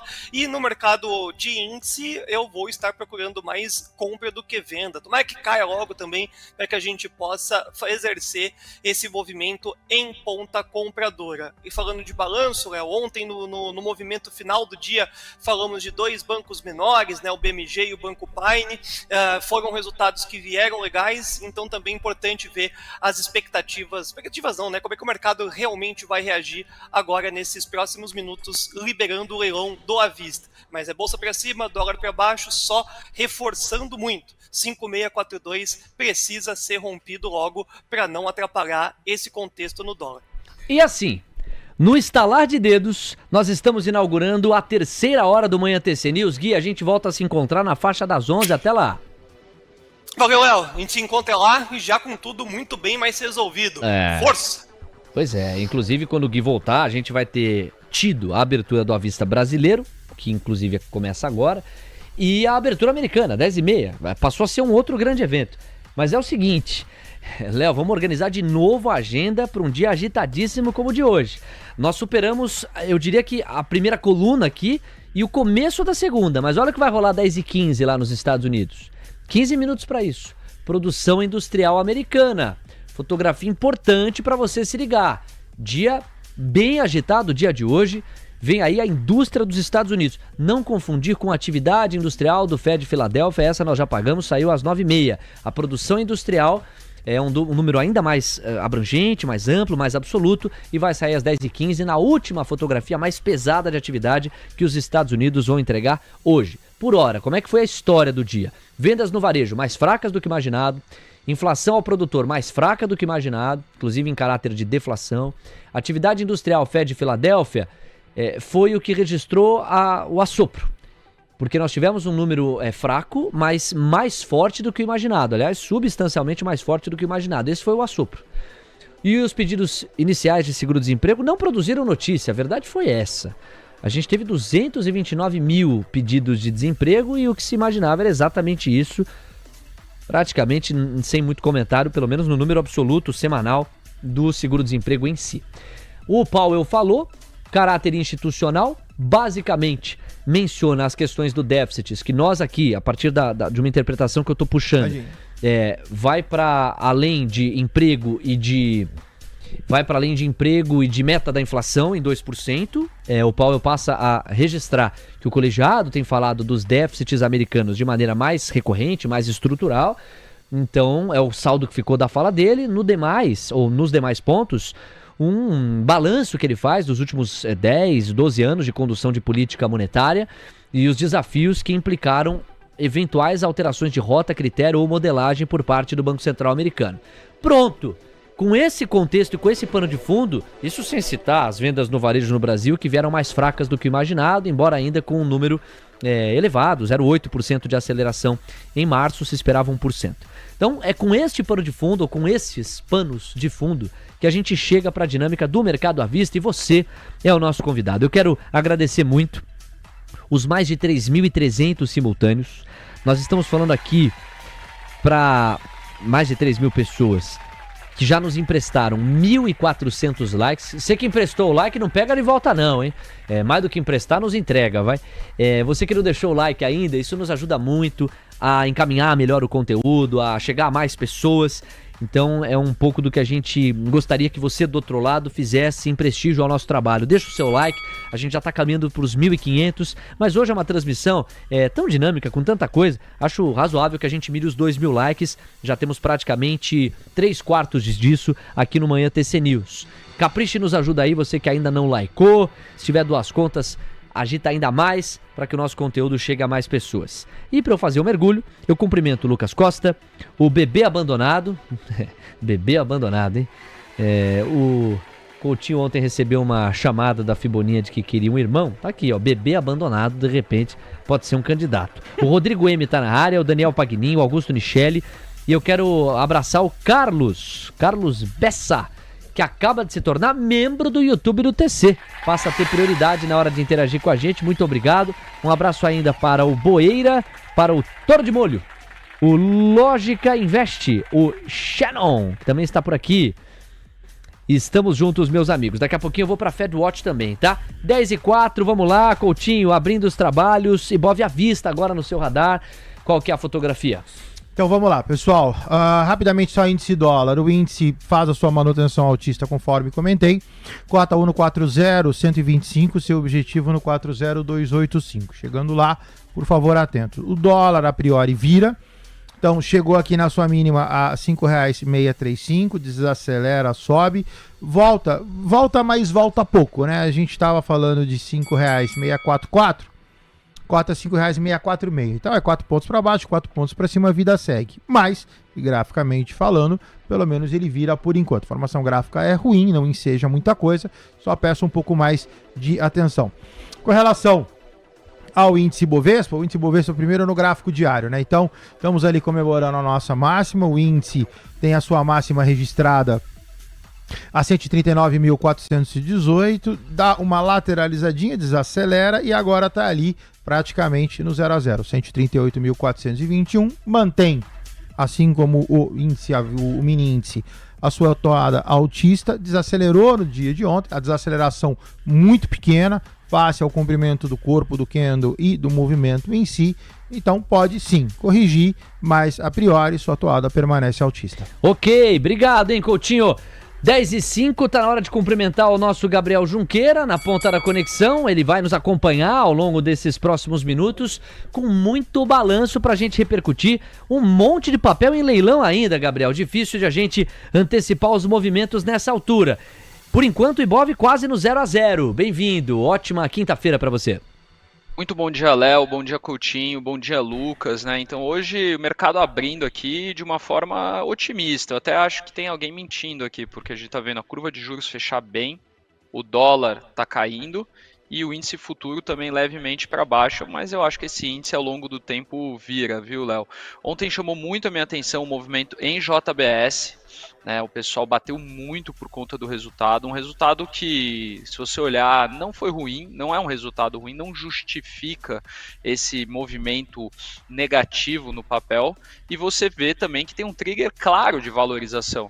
A gente vai ter no final do mês a aprovação, provavelmente, né, a Assembleia, a votação e a aprovação da dupla listagem nos Estados Unidos. Não sei quem que vai votar contra, porque se vai fazer um fechamento de gap de múltiplos, todos os acionistas têm que ser favoráveis a isso, né? Então, a gente tem um claro movimento aqui em JBS de você ter uma retração, só que ao mesmo tempo os fundamentos não nos indicam que isso se justifica no longo prazo, né? Eu fico aqui na expectativa para que o papel volte a ter a sua tendência de alta, porque chamou muito a minha atenção o movimento negativo nela ontem, Léo. Ok, bom, Gabriel, é o seguinte, nós já temos notícia em relação à Eletrobras, até jornalisticamente me cabe inaugurar a nossa conversa em cima de Elet3, porque Elet3 saiu de leilão a R$ 41,62, me parece aqui, e foi devolvido a ele com 3,59% de queda. Eu confesso aqui que eu tô com um layout um pouco diferente na minha tela, então não sei, o Coutinho pode até me confirmar, chegou a sair de leilão e voltou ou ainda não saiu de leilão? Ainda em leilão, então, cota okay. 41,65. Ok, então 3,25% de queda média para Elet3 e Elet6. Coutinho, vamos para o gráfico de Eletrobras, já que eu acabei puxando com essa variação do leilão. Na sequência eu trago a notícia em si do balanço, que está sendo negativamente digerido, e o Gabriel comenta, pois não, Coutinho? O papel ele é altista, nota que sentiu 4152, então tocou 4152, corrigiu. Sentiu 4361, tocou 4361, corrigiu. Hoje corrige de forma, vamos chamar de exacerbada, talvez, está em cima da linha dessa LTA de longo prazo. O papel ele é altista, esta queda de 3% não machuca a figura gráfica, ó, acabou de entrar, Leozinho, 4195, cota 42 agora, mas sim, o ideal seria reteste de 4361, objetivo de Elet, R$ 47,00 cravado. Ok, então acaba de sair de leilão Eletrobras, eu tô vendo aqui, ó, de longe, mas de longe entre as blue chips, é o papel que se destaca, tá, em variação percentual. As outras variações me parecem bem tímidas, sobretudo quando se considera tudo que avançaram as blue chips nas últimas semanas. Então vamos lá, Gabriel, com a manchete agora na tela para você comentar. Eletrobras tem prejuízo de 354 milhões no primeiro trimestre de 25. Resultado foi impactado por efeito contábil na Companhia Hidroelétrica de São Francisco após revisão de contratos de transmissão em 24. Seu olhar. Bom, Léo, o resultado de Eletrobras veio bem abaixo do esperado, o EBITDA ajustado foi de 5 bi, isso é 8% a menos do que a expectativa do mercado, e a gente fala aqui, né, porque aqui é importante destacar uma coisa, né, as empresas de utilities, né, elas têm o contábil e o regulatório, né, então você tem uma diferença um pouco na forma como eles reportam o resultado entre o que seria o lucro regulatório e o lucro de fato ali que aconteceu. No lucro regulatório a gente está falando de 136 milhões de reais apenas, para você ter uma ideia, o mercado projetava 1,4 bi de lucro regulatório, né, isso foi pressionado por uma exposição negativa ao submercado, ao vender energia do norte, nordeste e no sudeste, né, isso foi uma aposta pontual que não se deve repetir segundo a gestão da empresa, né? Por outro lado, os custos operacionais vieram sob controle com PMSO em linha e queda de 4% no ano contra ano, um alívio após a pressão nos trimestres anteriores. A companhia deve cumprir o guidance de 6 bi de OPEX para o ano. Apesar do impacto pontual, o foco agora volta ao preço de energia no médio prazo e à gestão do portfólio em regiões. A tese de longo prazo continua viva, mas um resultado bem ruim, Léo. Eletrobras, que de longe, amigos, vai se destacando na composição do Ibovespa como sendo o papel que mais tira pontos do Ibov. Naturalmente, é assim, né? Por pontos, Elet 3 tira 200 do Ibovespa. Está com essa queda de 4%, de volta a R$ 41,45. Ok, falamos então de Eletrobras aqui. Coutinho já deu uma olhada no gráfico e insistiu que a tendência continua altista. Te entendi bem, né, o Coutinho? Ainda não é uma reversão. Positivo, não, ainda não é uma reversão. Teria que perder 4,152, cota 4,141, mas perder assim, né, de forma um pouco mais longa, um candle efetivamente que quebrasse esse movimento. Agora pode ser um movimento de abertura do mercado, um movimento de estresse, mas da mesma forma que cai, pode voltar. Então, logicamente, se não quiser se expor a isso, vai lá, estopa, zera, mas é um movimento mais de abertura do que do papel em si. Amigos, dois highlights que pintaram num dos agregadores de notícia que nós monitoramos em paralelo e que realimentam a novela que o Beida organizou mais cedo na camada geopolítica de queda de braços entre Estados Unidos e Irã. A novela segundo a qual o Irã está sim disposto a interromper ou a redesenhar o seu planejamento em relação a armas nucleares, desde que os Estados Unidos liberem sanções gerais sobre o país, mas em particular no caso do petróleo. E aí, de acordo com um alto funcionário iraniano, o envio de urânio enriquecido acima de 5% para o exterior sempre fez parte das negociações nucleares com os Estados Unidos. No entanto, isso só vai acontecer se os americanos suspenderem as sanções de forma verificável e eficaz.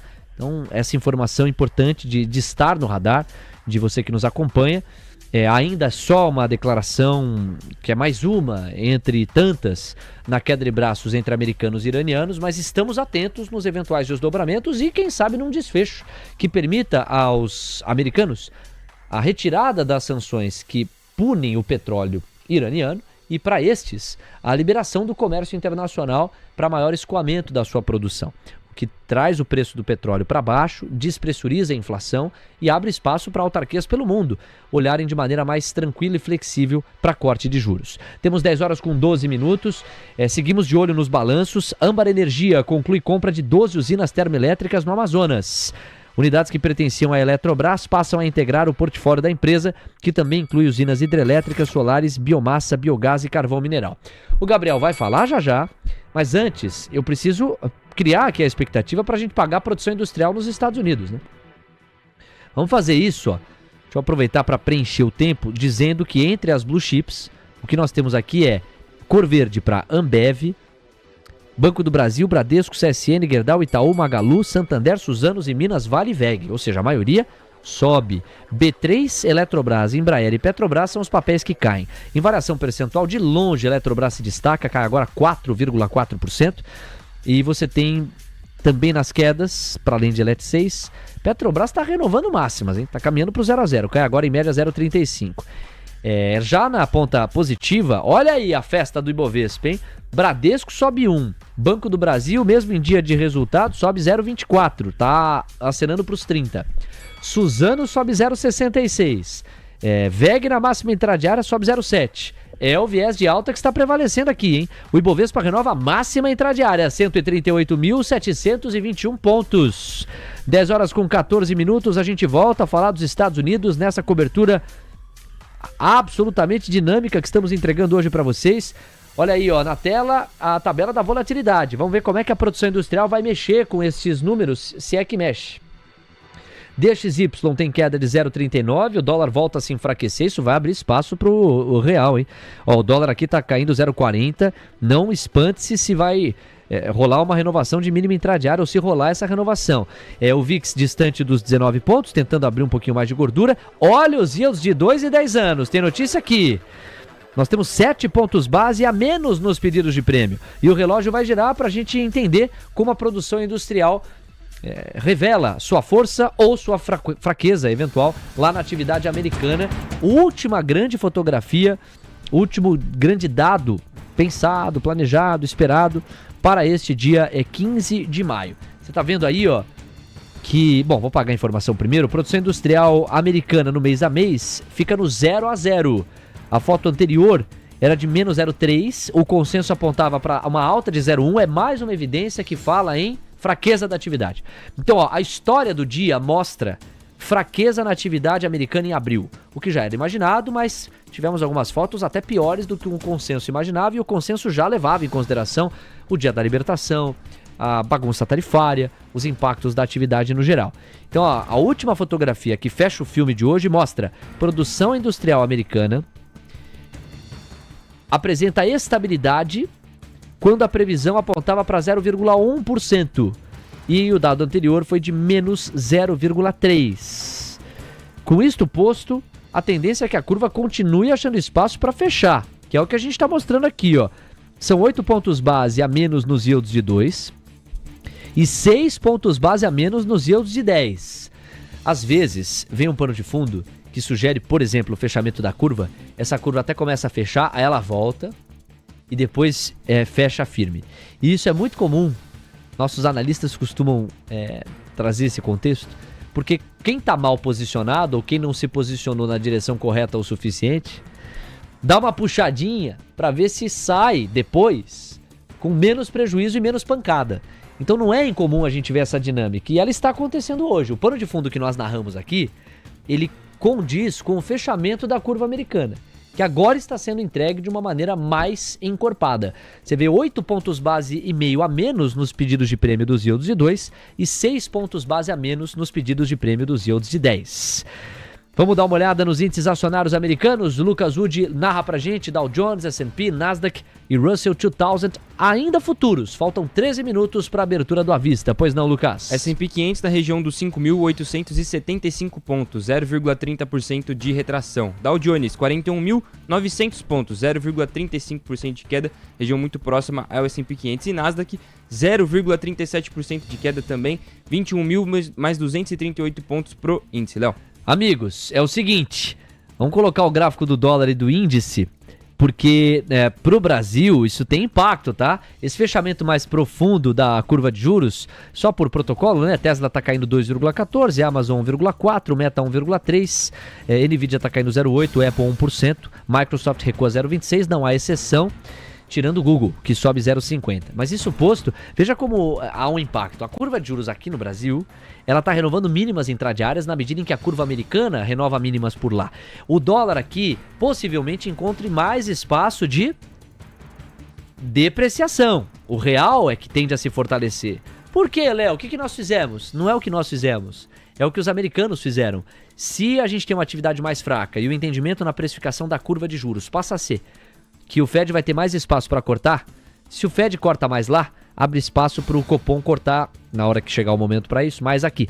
Se o Fed corta mais lá, o capital que está retido para ganhar no conforto, sem nenhum risco, uma taxa de juros A, vai passar agora a estar lá para ganhar uma taxa de juros A menos alguma coisa. Então você vai diminuir a remuneração praticamente livre de risco. Isso tende a destravar dólar para sair dos Estados Unidos e passear pelo mundo.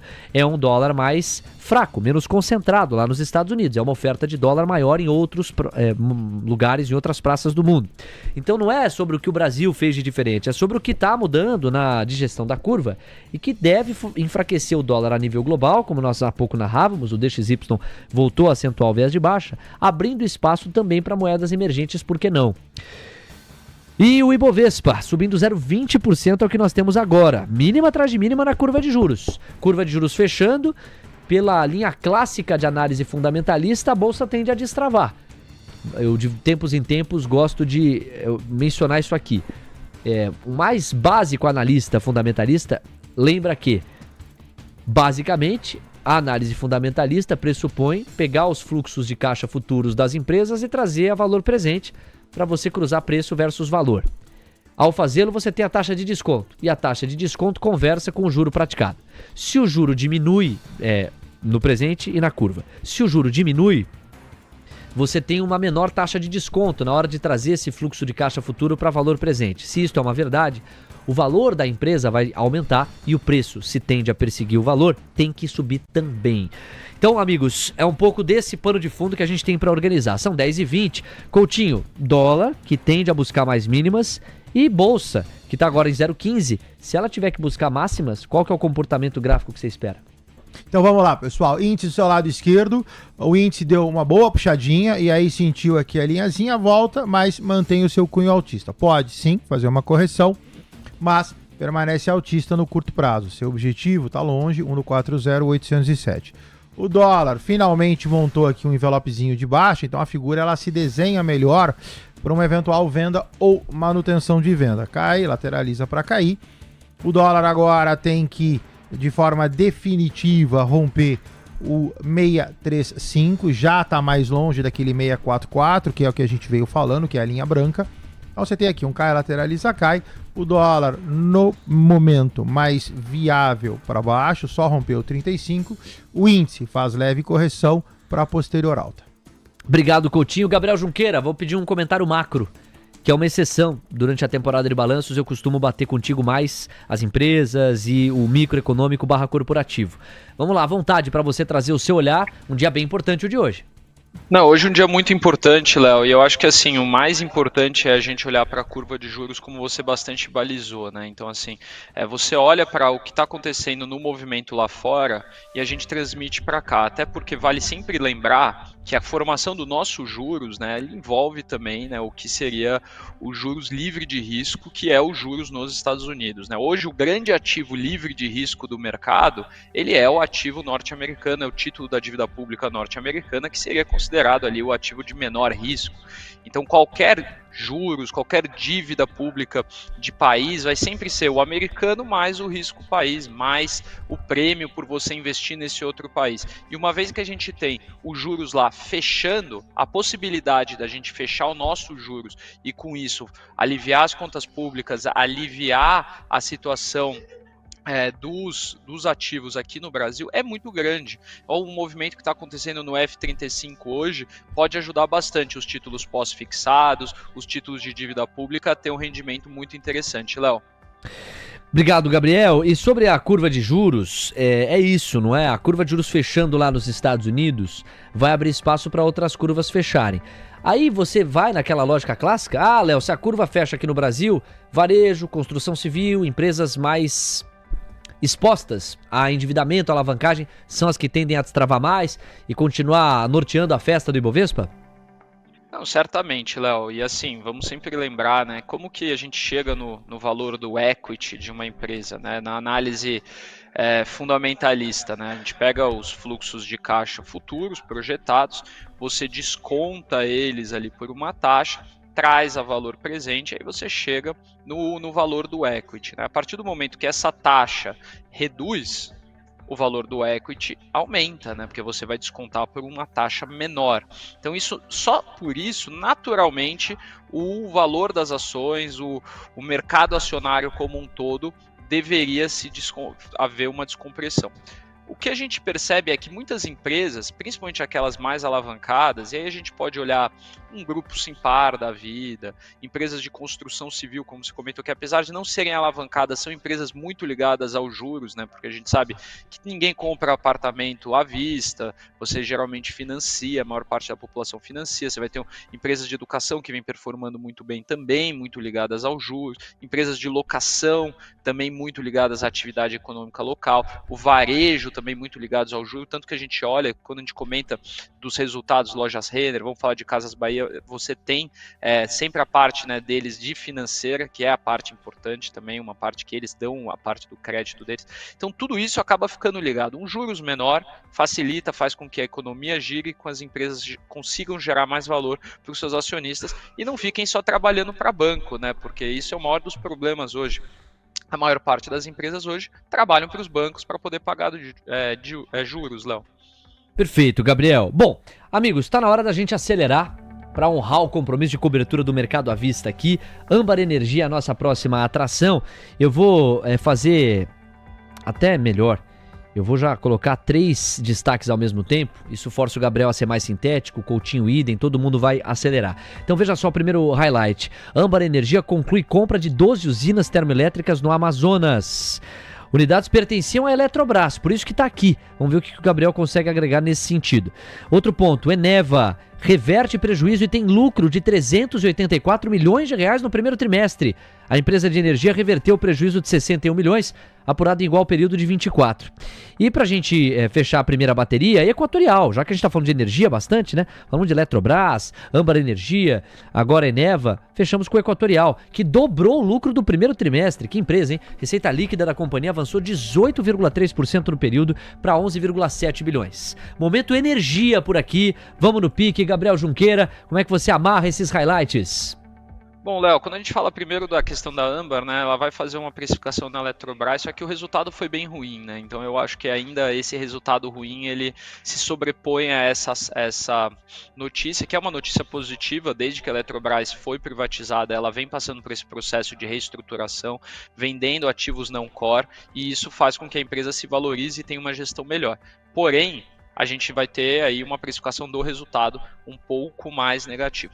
Eneva, baita empresa, lembrar que a Eneva é uma termoelétrica, a Eneva é uma empresa que acaba se sobressaindo nos cenários mais secos, quando a gente tem ali a ativação da energia termoelétrica no nosso central aqui, quando a hidrelétrica não consegue entregar tudo que ela tem. Então a Eneva é uma empresa que é do grupo do BTG, o BTG é o controlador da empresa, e ela é uma boa empresa com um bom resultado. E a Equatorial, Léo, o Equatorial veio com um resultado interessante, né? Teve um EBITDA ajustado de 2,5 bilhões de reais, um pouco abaixo, 5% abaixo da estimativa. O lucro líquido ajustado foi de 411 milhões, também abaixo da projeção que era de 901, né, penalizado por esse EBITDA menor, e as despesas financeiras também parcialmente compensando a depreciação ali de alguns ativos. Apesar desse resultado não ter sido tão estelar, a Equatorial, ela continua sendo uma das empresas preferidas do setor, porque quando a gente fala de TIR real, né, para a Equatorial, para a tese de Equatorial, ela negocia hoje a uma TIR dos seus projetos de 10,4%, né? Então, só para trazer aqui para o âmbito dos nossos telespectadores, quando a gente fala de TIR real, é quase como se fosse, né, algo equivalente a um IPCA mais 10%, né? Então, você está olhando para uma empresa dessas com fluxo de caixa que te entrega um retorno projetado de IPCA mais 10%. Obviamente é um equity, tem toda uma questão, tem todo o seu risco envolvido, mas é algo muito, muito positivo e para a tese de longo prazo ela segue bem sólida, Léo. Bora lá, Coutinho, no pique. Tem os gráficos então de Eneva pra gente falar e também o gráfico de Equatorial. Vamos lá, os dois estão na tela lado a lado. Eneva do seu lado direito, fez aqui um pivôzinho, subiu, corrigiu, subiu. Lateralizou, subiu, lateralizou, deixa subir. O ativo cota 1 no 4 no 7. Objetivo R$ 14,60. Figura gráfica extremamente favorável para os comprados. O ativo tem 29 de volta, o stop loss está na casa de 50, 60 centavos, cola o stop e faz manutenção. Já no caso de Equatorial cota R$ 36,60, também sobe como se não houvesse amanhã, figura gráfica extremamente favorável. Essa figura, ela tinha, né, um final a R$ 37,85, só que ela já pode ser transladada. E aí joga, inclusive, o objetivo de Equatorial, que era 37, passa a ser R$ 39,93. Equatorial tá bonitona, sobe, lateraliza, sobe. Envelopão de alta já desenhado, é só romper o 3731 e levar a 3993. O Guto, eu vou ter que pagar um almoço pro Guto, porque o Guto ele costuma entrar 10h15, teve a produção industrial, precisamos cobrir. Aí isso me levou pra curva de juros, até agora não consegui passar pra ele. Aí 10h30, agora eu tenho a abertura do mercado à vista. Então o Guto, você capricha no pensamento do dia, fala de resiliência e paciência hoje no pensamento do dia. Eu vou pagar aqui a abertura do mercado à vista e eu já te chamo, depois a gente almoça. Fica tranquilo, tudo vai dar certo, às 10h29, senhoras e senhores, na tela. A partir de agora, a volatilidade em voga com DXY, VIX, yields de 2 e 10 anos. 7 pontos base a menos nos pedidos de prêmio para os yields de 2 e 10 anos. VIX está avançando 0,86% e o DXY em 100,764 pontos.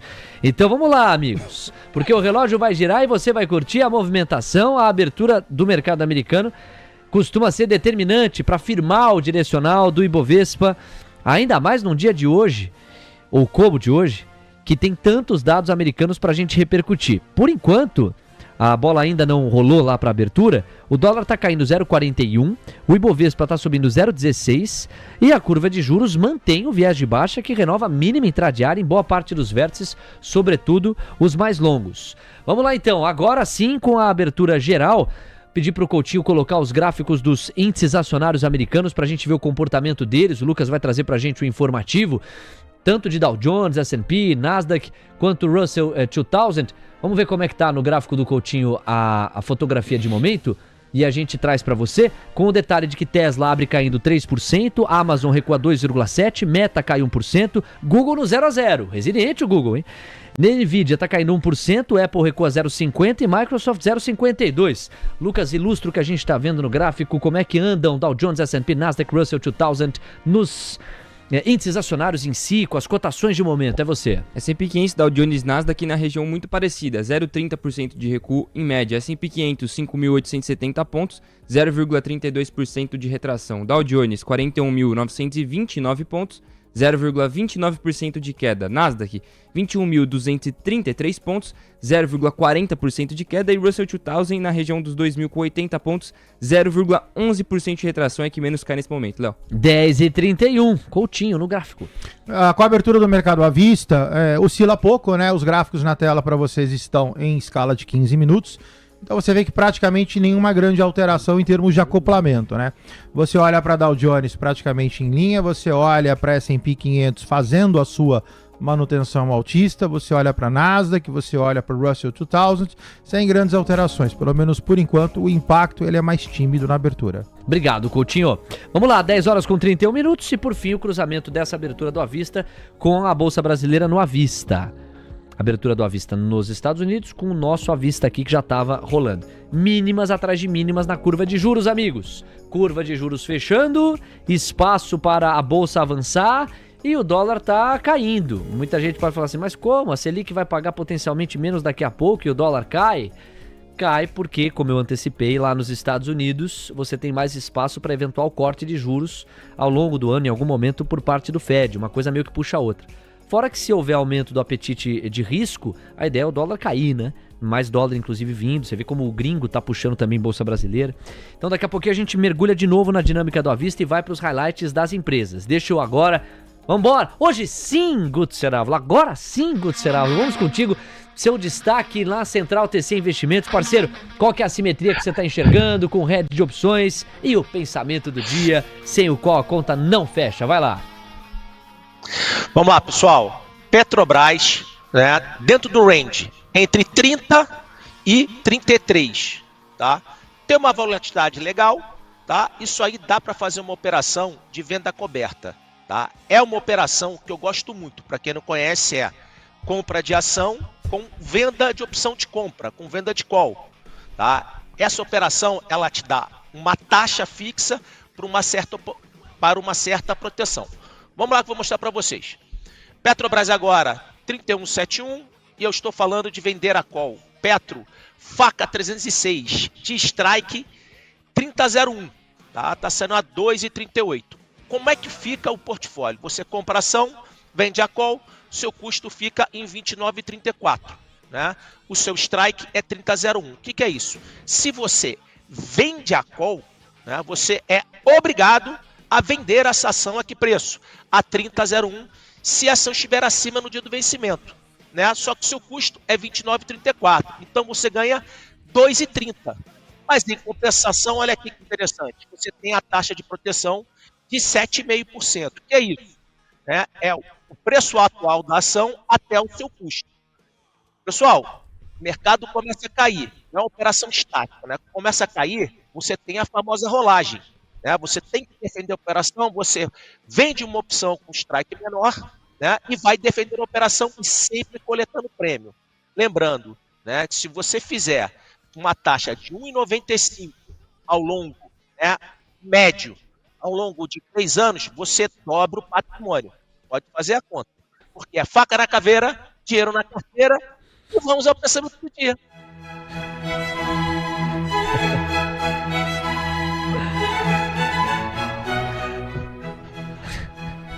O cara compra mercado cai. Ele vende, mercado sobe. Faz isso 12 vezes e diz que o mercado é manipulado. Não é manipulado, não. É você que é um operador de Petro. Petrocado, Curupira. Calma, vai de novo. Ok. Ser informal. Insanidade é continuar fazendo sempre a mesma coisa e esperar resultados diferentes. Albert Einstein.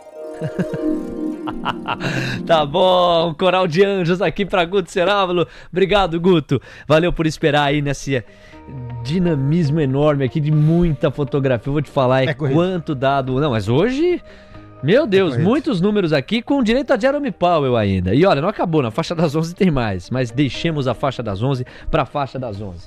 São 10 horas com 35 minutos. Deixa eu aproveitar então que o Guto se despediu e antes da gente mergulhar nos balanços corporativos em definitivo, convidar você a curtir o Masterclass do nosso Pedro Albuquerque. Por quê? Senhoras e senhores, a gente divulgou ao longo da semana passada o alistamento para você se colocar na fila da futura corretora do TC. É coisa de outro mundo.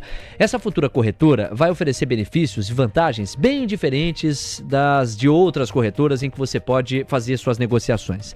Na prática, quem se alista está mais cedo melhor posicionado para já operar tão logo o lançamento se dê.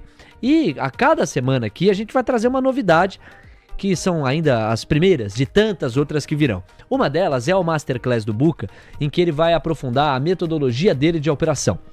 Se você já tem o aplicativo do TC, já tem o seu login lá no tc.com.br, caso você prefira acessar pelo desktop, é muito fácil. Tendo se alistado para a corretora, você vai lá e adquire a Masterclass por uma TC Coin. Quem se alista fatura no mínimo 2.500. Então é só simbólico. Agora, se você ainda não se alistou, um passo para trás. Se alista, é só preencher os dados e já ficar na fila para a futura corretora e você ainda de lambuja vai ganhar esse Masterclass do Buca, um conteúdo que ele preparou com muito carinho para trazer mais informações.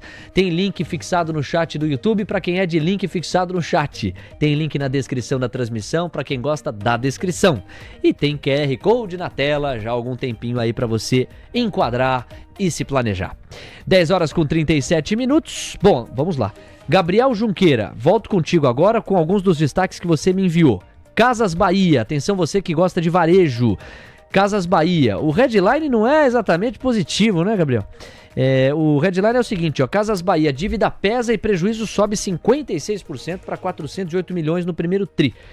O EBITDA alcançou 570 milhões acima do consenso de 540. Vamos lá, como é que tá se comportando agora Bahia 3, Lucas Wood, na sequência tem Gabriel no fundamento, Coutinho no gráfico. Retraindo 1,38% aos R$ 5,01, Léo. Vamos lá, Gabriel. Bom, Léo, a Casas Bahia teve um resultado um pouco misto, né? Teve uma melhora no ritmo de vendas e na margem EBITDA, que ficou 4% acima da expectativa do Santander e 6% acima da expectativa do consenso do mercado, né? Mas teve um prejuízo líquido ampliado e um forte consumo de caixa, né? A receita cresceu 10%, beneficiada por uma base fraca de comparação e uma recuperação das lojas físicas. Vamos sempre lembrar, pessoal, não quero ser repetitivo, mas sendo, quando a gente vai analisar a empresa de varejo, Same Store Sales, uma métrica operacional importantíssima. E nesse caso, Same Store Sales das Casas Bahia, de 17,7% ano contra ano, muito bom, o que mostra que a empresa já começou a melhorar o seu ritmo de vendas, né? Só que você teve um prejuízo, você teve um aumento do consumo de caixa e tudo mais, e isso atrapalhou demais o resultado dela, né? Então, você teve também um aumento de 15% da dívida líquida, porém, o indicador de alavancagem melhorou, que a gente teve um crescimento substancial do EBITDA, né? No geral, você teve um resultado operacional que mostrou uma recuperação, mas a geração de caixa deixou a desejar, o que faz com que o mercado tenha aí uma percepção mais negativa de Casas Bahia. Léo? Anotado, vamos para o gráfico de Bahia 3. Você, Coutinho? Tá ruim, Léo. Olha só, o gráfico lateralizado tinha ali um suporte extremamente importante a R$ 5,89, não aguentou. Cai, lateraliza, cai, envelope de baixa, deixa descer. O ativo cota R$ 5,01. Próximo objetivo, 4,61 à medida que for azedando. Pit stop final desse cara nesta formação gráfica, 3,57. 10 horas com 39 minutos. Outro highlight aqui, enquanto, Vocês estão vendo o que tá acontecendo? Olha a curva de juros. Mete um DI1F, deixa eu ver aqui, 31, Coutinho. O DI1F31 tá em 13,7%. Dá uma olhada aí na queda. Quantos pontos base já dá, hein, de recuo? Vamos lá, Coutinho, ó. Praticamente anulando, ameaçando anular o Ken do dia anterior, é isso? Tá com 18, cai 1,30%. 1,30, 18 pontos base a menos. Não é pouca coisa, não é todo dia. A curva tá fechando bem. O dólar acompanha em 0,40 a baixa e o Ibovespa está subindo 0,11. Ainda não consegue destravar o Ibov. Na composição, quem está ajudando o Ibovespa hoje? Sabesp, Bradesco, Rumo, Redditor e Localiza. E quem atrapalha? Eletrobras, sem dúvida. Depois Petrobras, Equatorial e JBS. Ok, pessoal? Lembrando que JBS divulga resultado hoje, final do dia. Aliás, é BRF, perdoe. BRF e Marfrig, no final do dia, divulgam o resultado. 10h40, vamos para mais um highlight aqui do glorioso Gabriel Junqueira, dessa vez com Qualicorp, Qual 3. Lucro líquido ajustado de 14,5 milhões de reais. Primeiro tri é uma queda de quase 24%. Sem considerar os ajustes e itens não recorrentes, o lucro líquido consolidado foi de 15,9 milhões. Como é que os papéis Qual 3 se comportam? Você, Lucas Wood. Ao contrário de Casas Bahia, Qual 3 sobe 1,91% aos R$ 2,13. Gabriel Junqueira.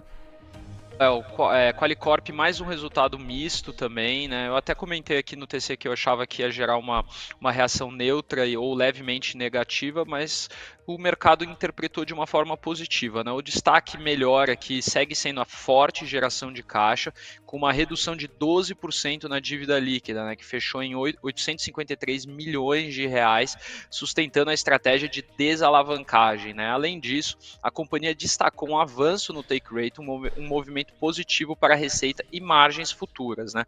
Porém, Léo, do lado negativo, a performance comercial foi fraca, né? A base de clientes no segmento afinidade caiu 21%, refletindo queda de 34% nas vendas brutas e perda de alguns contratos que eram pouco rentáveis, mas acabaram sendo perdidos, né? O que levou o churn para 12,5%, né? Churn é um outro indicador interessante para a gente ver entre KPIs aí nessas empresas também que fazem muitas vendas, então isso é importante aqui para a gente analisar além do headline, né? O lucro líquido ajustado ficou em 14 milhões, o que é 16% abaixo do ano contra ano, mas acima das expectativas do mercado, né? Em resumo, a Qualicorp segue entregando uma geração de caixa forte e um foco na desalavancagem, mas a fragilidade comercial e pressão sobre as margens continuam com obstáculos relevantes, né? Acho que uma coisa que é importante a gente pontuar aqui, Léo, até um dos ensinamentos que eu tive de alguns professores de finanças quando a gente vê a empresa dando lucro, ela pode quebrar. O que importa é a geração de caixa para ela pagar o passivo de curto prazo, porque uma vez que ela consegue pagar o passivo de curto prazo com uma geração de caixa robusta, ela vai rolando, vai se enrolando ali, vai empurrando com a barriga, eles não quebram. Mas ela pode dar lucro de forma contábil e não gerar caixa para pagar o seu passivo de curto prazo, uma empresa quebra. Então, quando a gente olha para o resultado em que você teve uma boa geração de caixa, você separa, por exemplo, Qualicorp e Casas Bahia. Casas Bahia não teve geração de caixa, está caindo. Qualicorp, apesar do lucro ter diminuído, geração de caixa está subindo. Então, isso positivo porque mostra que a empresa, pelo menos no seu negócio, está ganhando dinheiro, Léo. Alô, Coutinho. O ativo sobe desde janeiro. Se você olhar numa perspectiva mais longa, você tem uma longa lateralização entre 1,34 e 2,42. No curto prazo, pegando, por exemplo, a figura gráfica de fevereiro para frente, você tem aqui o ativo num viés altista. Nota que a alta ela não é rápida, né? Você tem um longo canal de alta, onde o ativo vai oscilando aí no meio do caminho. Quem está comprado numa perspectiva mais longa, ok, está bem comprado. O ativo cota R$ 2,13, o seu objetivo é 42 deve dar uma oscilada. O objetivo final do ativo nessa formação, R$ 2,67. 10h44, quero agradecer ao meu querido amigo Luca Boni, está acompanhando o nosso Manhã TC News, sempre nos ajuda a construir o Minuto a Minuto, é um baita parceiro. Ele deu um toque aqui relevante para a gente entender com mais contexto ainda o fechamento da curva.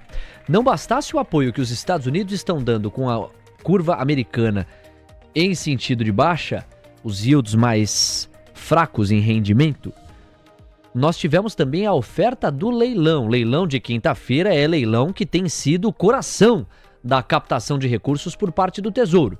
Às terças-feiras, pós-fixado. Às quintas-feiras, pré-fixado.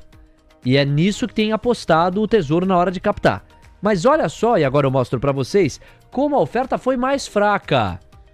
Nós temos, no caso das LTNs, só 1 milhão para 25. Para 27, também só 1 milhão de LTNs. Para 29, 3 milhões. E para 32, mais 1 milhão.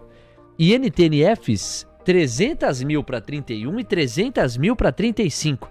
Se você somar aqui, dá 1 milhão, com mais 1 milhão 2, com mais 3, 5 milhões, com mais 1 milhão 6, 6,6 milhões de ofertas de títulos. Sendo uma larga vantagem a vantagem da LTN, que teve, 6 milhões de emissão, e as NTNFs só 600 mil ofertas. Ou seja, uma oferta muito menor em comparação com outros dias. Isso é destaque para a gente monitorar, sim, o comportamento da curva de juros. Daqui a pouco o Alex Martins ajuda a gente a decifrar essa estratégia do Tesouro no leilão de hoje. Temos 10 horas com 45 minutos. Olha, aqui um outro highlight que nos leva para um dos agregadores de notícias que nós monitoramos, é o Financial Juices especificamente, e ali consta: delegação da Rússia. Aspas, estamos prontos para discutir compromissos nas negociações com a Ucrânia. Uma fala protocolar, não me parece mexer com qualquer ponteiro, mas lembremos aqui, há um encontro entre as delegações ucraniana e russa, lá na Turquia, para que se debata um eventual desfecho desse confronto, um cessar-fogo e depois um fim estrutural para esse conflito entre russos e ucranianos que já há tanto tempo pauta o noticiário. Esperava-se num primeiro momento que o Putin comparecesse ao encontro. Ele até chegou a acenar para isso, mas pouco a pouco tirou o pé, mandou representantes e não estará presente neste encontro em que compromissos para as negociações com a Ucrânia poderão ser selados. O mercado não trabalha, no seu cenário base, com a perspectiva de um cessar-fogo já hoje. Pode acontecer? Pode. O mercado, neste instante, precifica como improvável, até pela ausência do Putin. A menos que concessões não pensadas neste momento sejam colocadas na mesa, sobretudo pelos ucranianos. Parece o pressuposto para que os russos entreguem um cessar-fogo eventual. 10 horas com 47 minutos, nós temos 13 minutos para as 11 da manhã. Da porta para dentro, amigos, o dólar mexe. Agora ele não cai mais 0,43, ele cai 0,25. É uma mudança relevante, o Coutinho vai para o gráfico junto com a gente. E o Indifut ainda no 0 a 0, 0,07% de ganho. Pois não, Coutinho? O dólar tá R$ 5,648, ainda travado naquele 644, que é a linha amarela, a linha branca, perdoa, que é a nossa referência, né? Então, chegou a cair, chegou a subir, mas o dólar não se mexe, permanece lateralizado, figura gráfica passa a ser extremamente desfavorável em função disso. Falar que isso daqui é um pivôzinho de alta, um pivôzinho de baixa, pode ser qualquer coisa quando você tem esse tipo de convergência. Day traders de plantão no dólar, por favor, atentos. Já o índice tenta descer e não consegue, então olha só, longo pavio inferior, volta, longo pavio inferior, volta. Vai subir? Também não. Por quê? Porque lamentavelmente, apesar de voltar, ele não consegue renovar topos. Então ele também faz, assim como o dólar, uma figura de convergência. Então eu vou acabar me despedindo de vocês já com muita cautela, day traders de plantão, índice dólar nesse momento. Obrigado, Coutinho. 10h48, você vê como o macro tá nos puxando hoje, hein, Gabriel? Muitos destaques você separou, tempo suficiente para contemplar todos não teremos, mas é por excelentes razões, né? O macro ele vai pedindo passagem, vai se destacando e quando a curva de juros fecha, todo mundo costuma sair bem na foto, né? Alguns papéis mais, outros menos, mas costuma ser mais saudável para qualquer cálculo de precificação e de valuation. Uma curva mais fechada é o que nós temos hoje e essa história começou em termos de fundamento desde as 9, com as vendas no varejo dialogando com o volume de serviços ontem, um pouco mais fracas do que imaginado. Exato, Léo. E assim, eu sigo comprado na tese de que assim, o mercado brasileiro é para cima, em especial o Small 11, né? Então a gente discute muito sobre a bolsa tá na máxima, mas essa máxima histórica do índice Ibovespa, ela é totalmente enganosa, né? Se a gente olhar para o Small 11, ele está bem longe da máxima, muito em função aí desses 140 mil pontos que a gente está vendo aí próximo disso, né? é em função de Petrobras, Itaú, bancos que sustentam esse índice no braço. E quem acredita realmente aqui que o mercado tem uma possibilidade de virada, independente do cenário que a gente vive hoje na nossa economia. Isso é outra coisa que é importante a gente pontuar, né? Então você tem que separar um pouco, porque a precificação do mercado ela sempre é futura, né? E os dados macroeconômicos têm nos mostrado que a gente pode sim sonhar com um horizonte melhor, né? Em especial o gringo que está comprando tudo que tem aqui no Brasil e mais um pouco, né? E aí o que vai acontecer é que o brasileiro vai entrar quando a bolsa já estiver nos 200 mil pontos e o Serjão já estiver na praia, né, Léo? Ô, Gabriel, arremata aí, ele vende para todo mundo, ele vai vender para todo mundo a bolsa. Nos 200 mil, a turma compra dele, ele tá doido, cara. Não, o Gabriel dividiu comigo nos corredores agora, lá na Santa Fé, é Serjão 200k. É Serjão 200k, ô 200k, ô seu 200. Pegou, né? Pegou. Quando não é duzentinho, né? Mas esse é mais pros íntimos, né? É brincadeira, Gabriel. Gabriel, é o seguinte, ó. Você escreveu pra mim vários papéis. Nós não vamos ter tempo, como eu adiantei, mas você disse que tinha uma preferência pelo estudo mais aprofundado que você fez. No caso de Allos, MDNE, CEMIG, Ser Educacional e Bahia. Então, fica à vontade aí, pensa 2 desses papéis pra gente se despedir de você, partir pro gráfico do Coutinho. E na sequência eu adianto, hein? Tem Alex Martins. Nós vamos falar muito desse leilão do Tesouro, chamou a atenção, coincide com esse fechamento forte da curva. Pois não, Gabriel? Na verdade, Léo, eu queria pensar mesmo era Moura do B, porque Okay. Moura do B está subindo 8,38% e teve um resultado bem acima da expectativa. A receita líquida alta de 42%, 4,7% acima da expectativa do mercado, impulsionada por um forte reconhecimento de receitas da divisão de desenvolvimento. Margem bruta cresceu 225 bips, em linha com o esperado, favorecida por esse reconhecimento das taxas de desenvolvimento em 3 terrenos no trimestre. A margem EBITDA também superou a projeção, refletindo uma diluição do SG&A. O lucro líquido ficou em 70,2 milhões de reais, com um ROI de 18,7%. Houve uma queima de caixa de 18 milhões ex-dividendos, né, frente a uma geração de 12 milhões no trimestre anterior, mas o balanço da empresa segue sólido, destaque muito positivo. A Moura do B está conseguindo entregar tudo o que ela se prometeu e a gente já vinha falando dessa tese há um tempo, né, é uma tese famosa na plataforma do TC. Quem aí acompanha, tá lá conosco, já sabe da Moura do B e pegou esse movimento aí pelo rabo. Excelente. Gabriel, muito obrigado, um abraço, a gente volta a conversar amanhã. Eu que agradeço, Léo. E aqui fica também o convite para todos vocês acessarem a plataforma, porque todos os resultados que a gente comentou estão lá, os outros que a gente não comentou também estão lá. E no grupo da Santa Fé Investimentos a gente tem comentado praticamente essa temporada de balanços inteira. Tudo isso é gratuito na plataforma do TC. Acessem o TC e façam um alistamento de vocês também para a corretora, que vai ser bem legal. Obrigado, Gabriel, tamo junto, valeu por reforçar o nosso convite. Bom, vamos pro gráfico de Moura do B e depois eu adianto a vocês, Lucas dividiu comigo, Oi está disparando mais de 20%, papel com baixíssima liquidez, que vinha muito amassado por N razões e que conseguiu entregar lucro. Então a gente vai trazer o headline só para ter contexto. Mas antes, Moura do B, adianto também para vocês, o Vini e eu conversamos muito com o Vitor Kitzmann e o Vitor ficou absolutamente entusiasmado com o resultado de Moura do B, em linha com o que o Gabriel trouxe aqui na organização dos fundamentos. O gráfico é uma aula, né? Sobe, lateraliza, sobe, lateraliza, sobe, lateraliza, sobe. E vai até R$ 18,97. Você tem uma terceira linha 18,66 de um FIBO muito longo, tá? Então, por favor, quem tá comprado, extremamente bem comprado, só chegando no 18,66 você já tem figuras gráficas mais recentes com upsides maiores. O ativo, ele vai a R$ 20,66.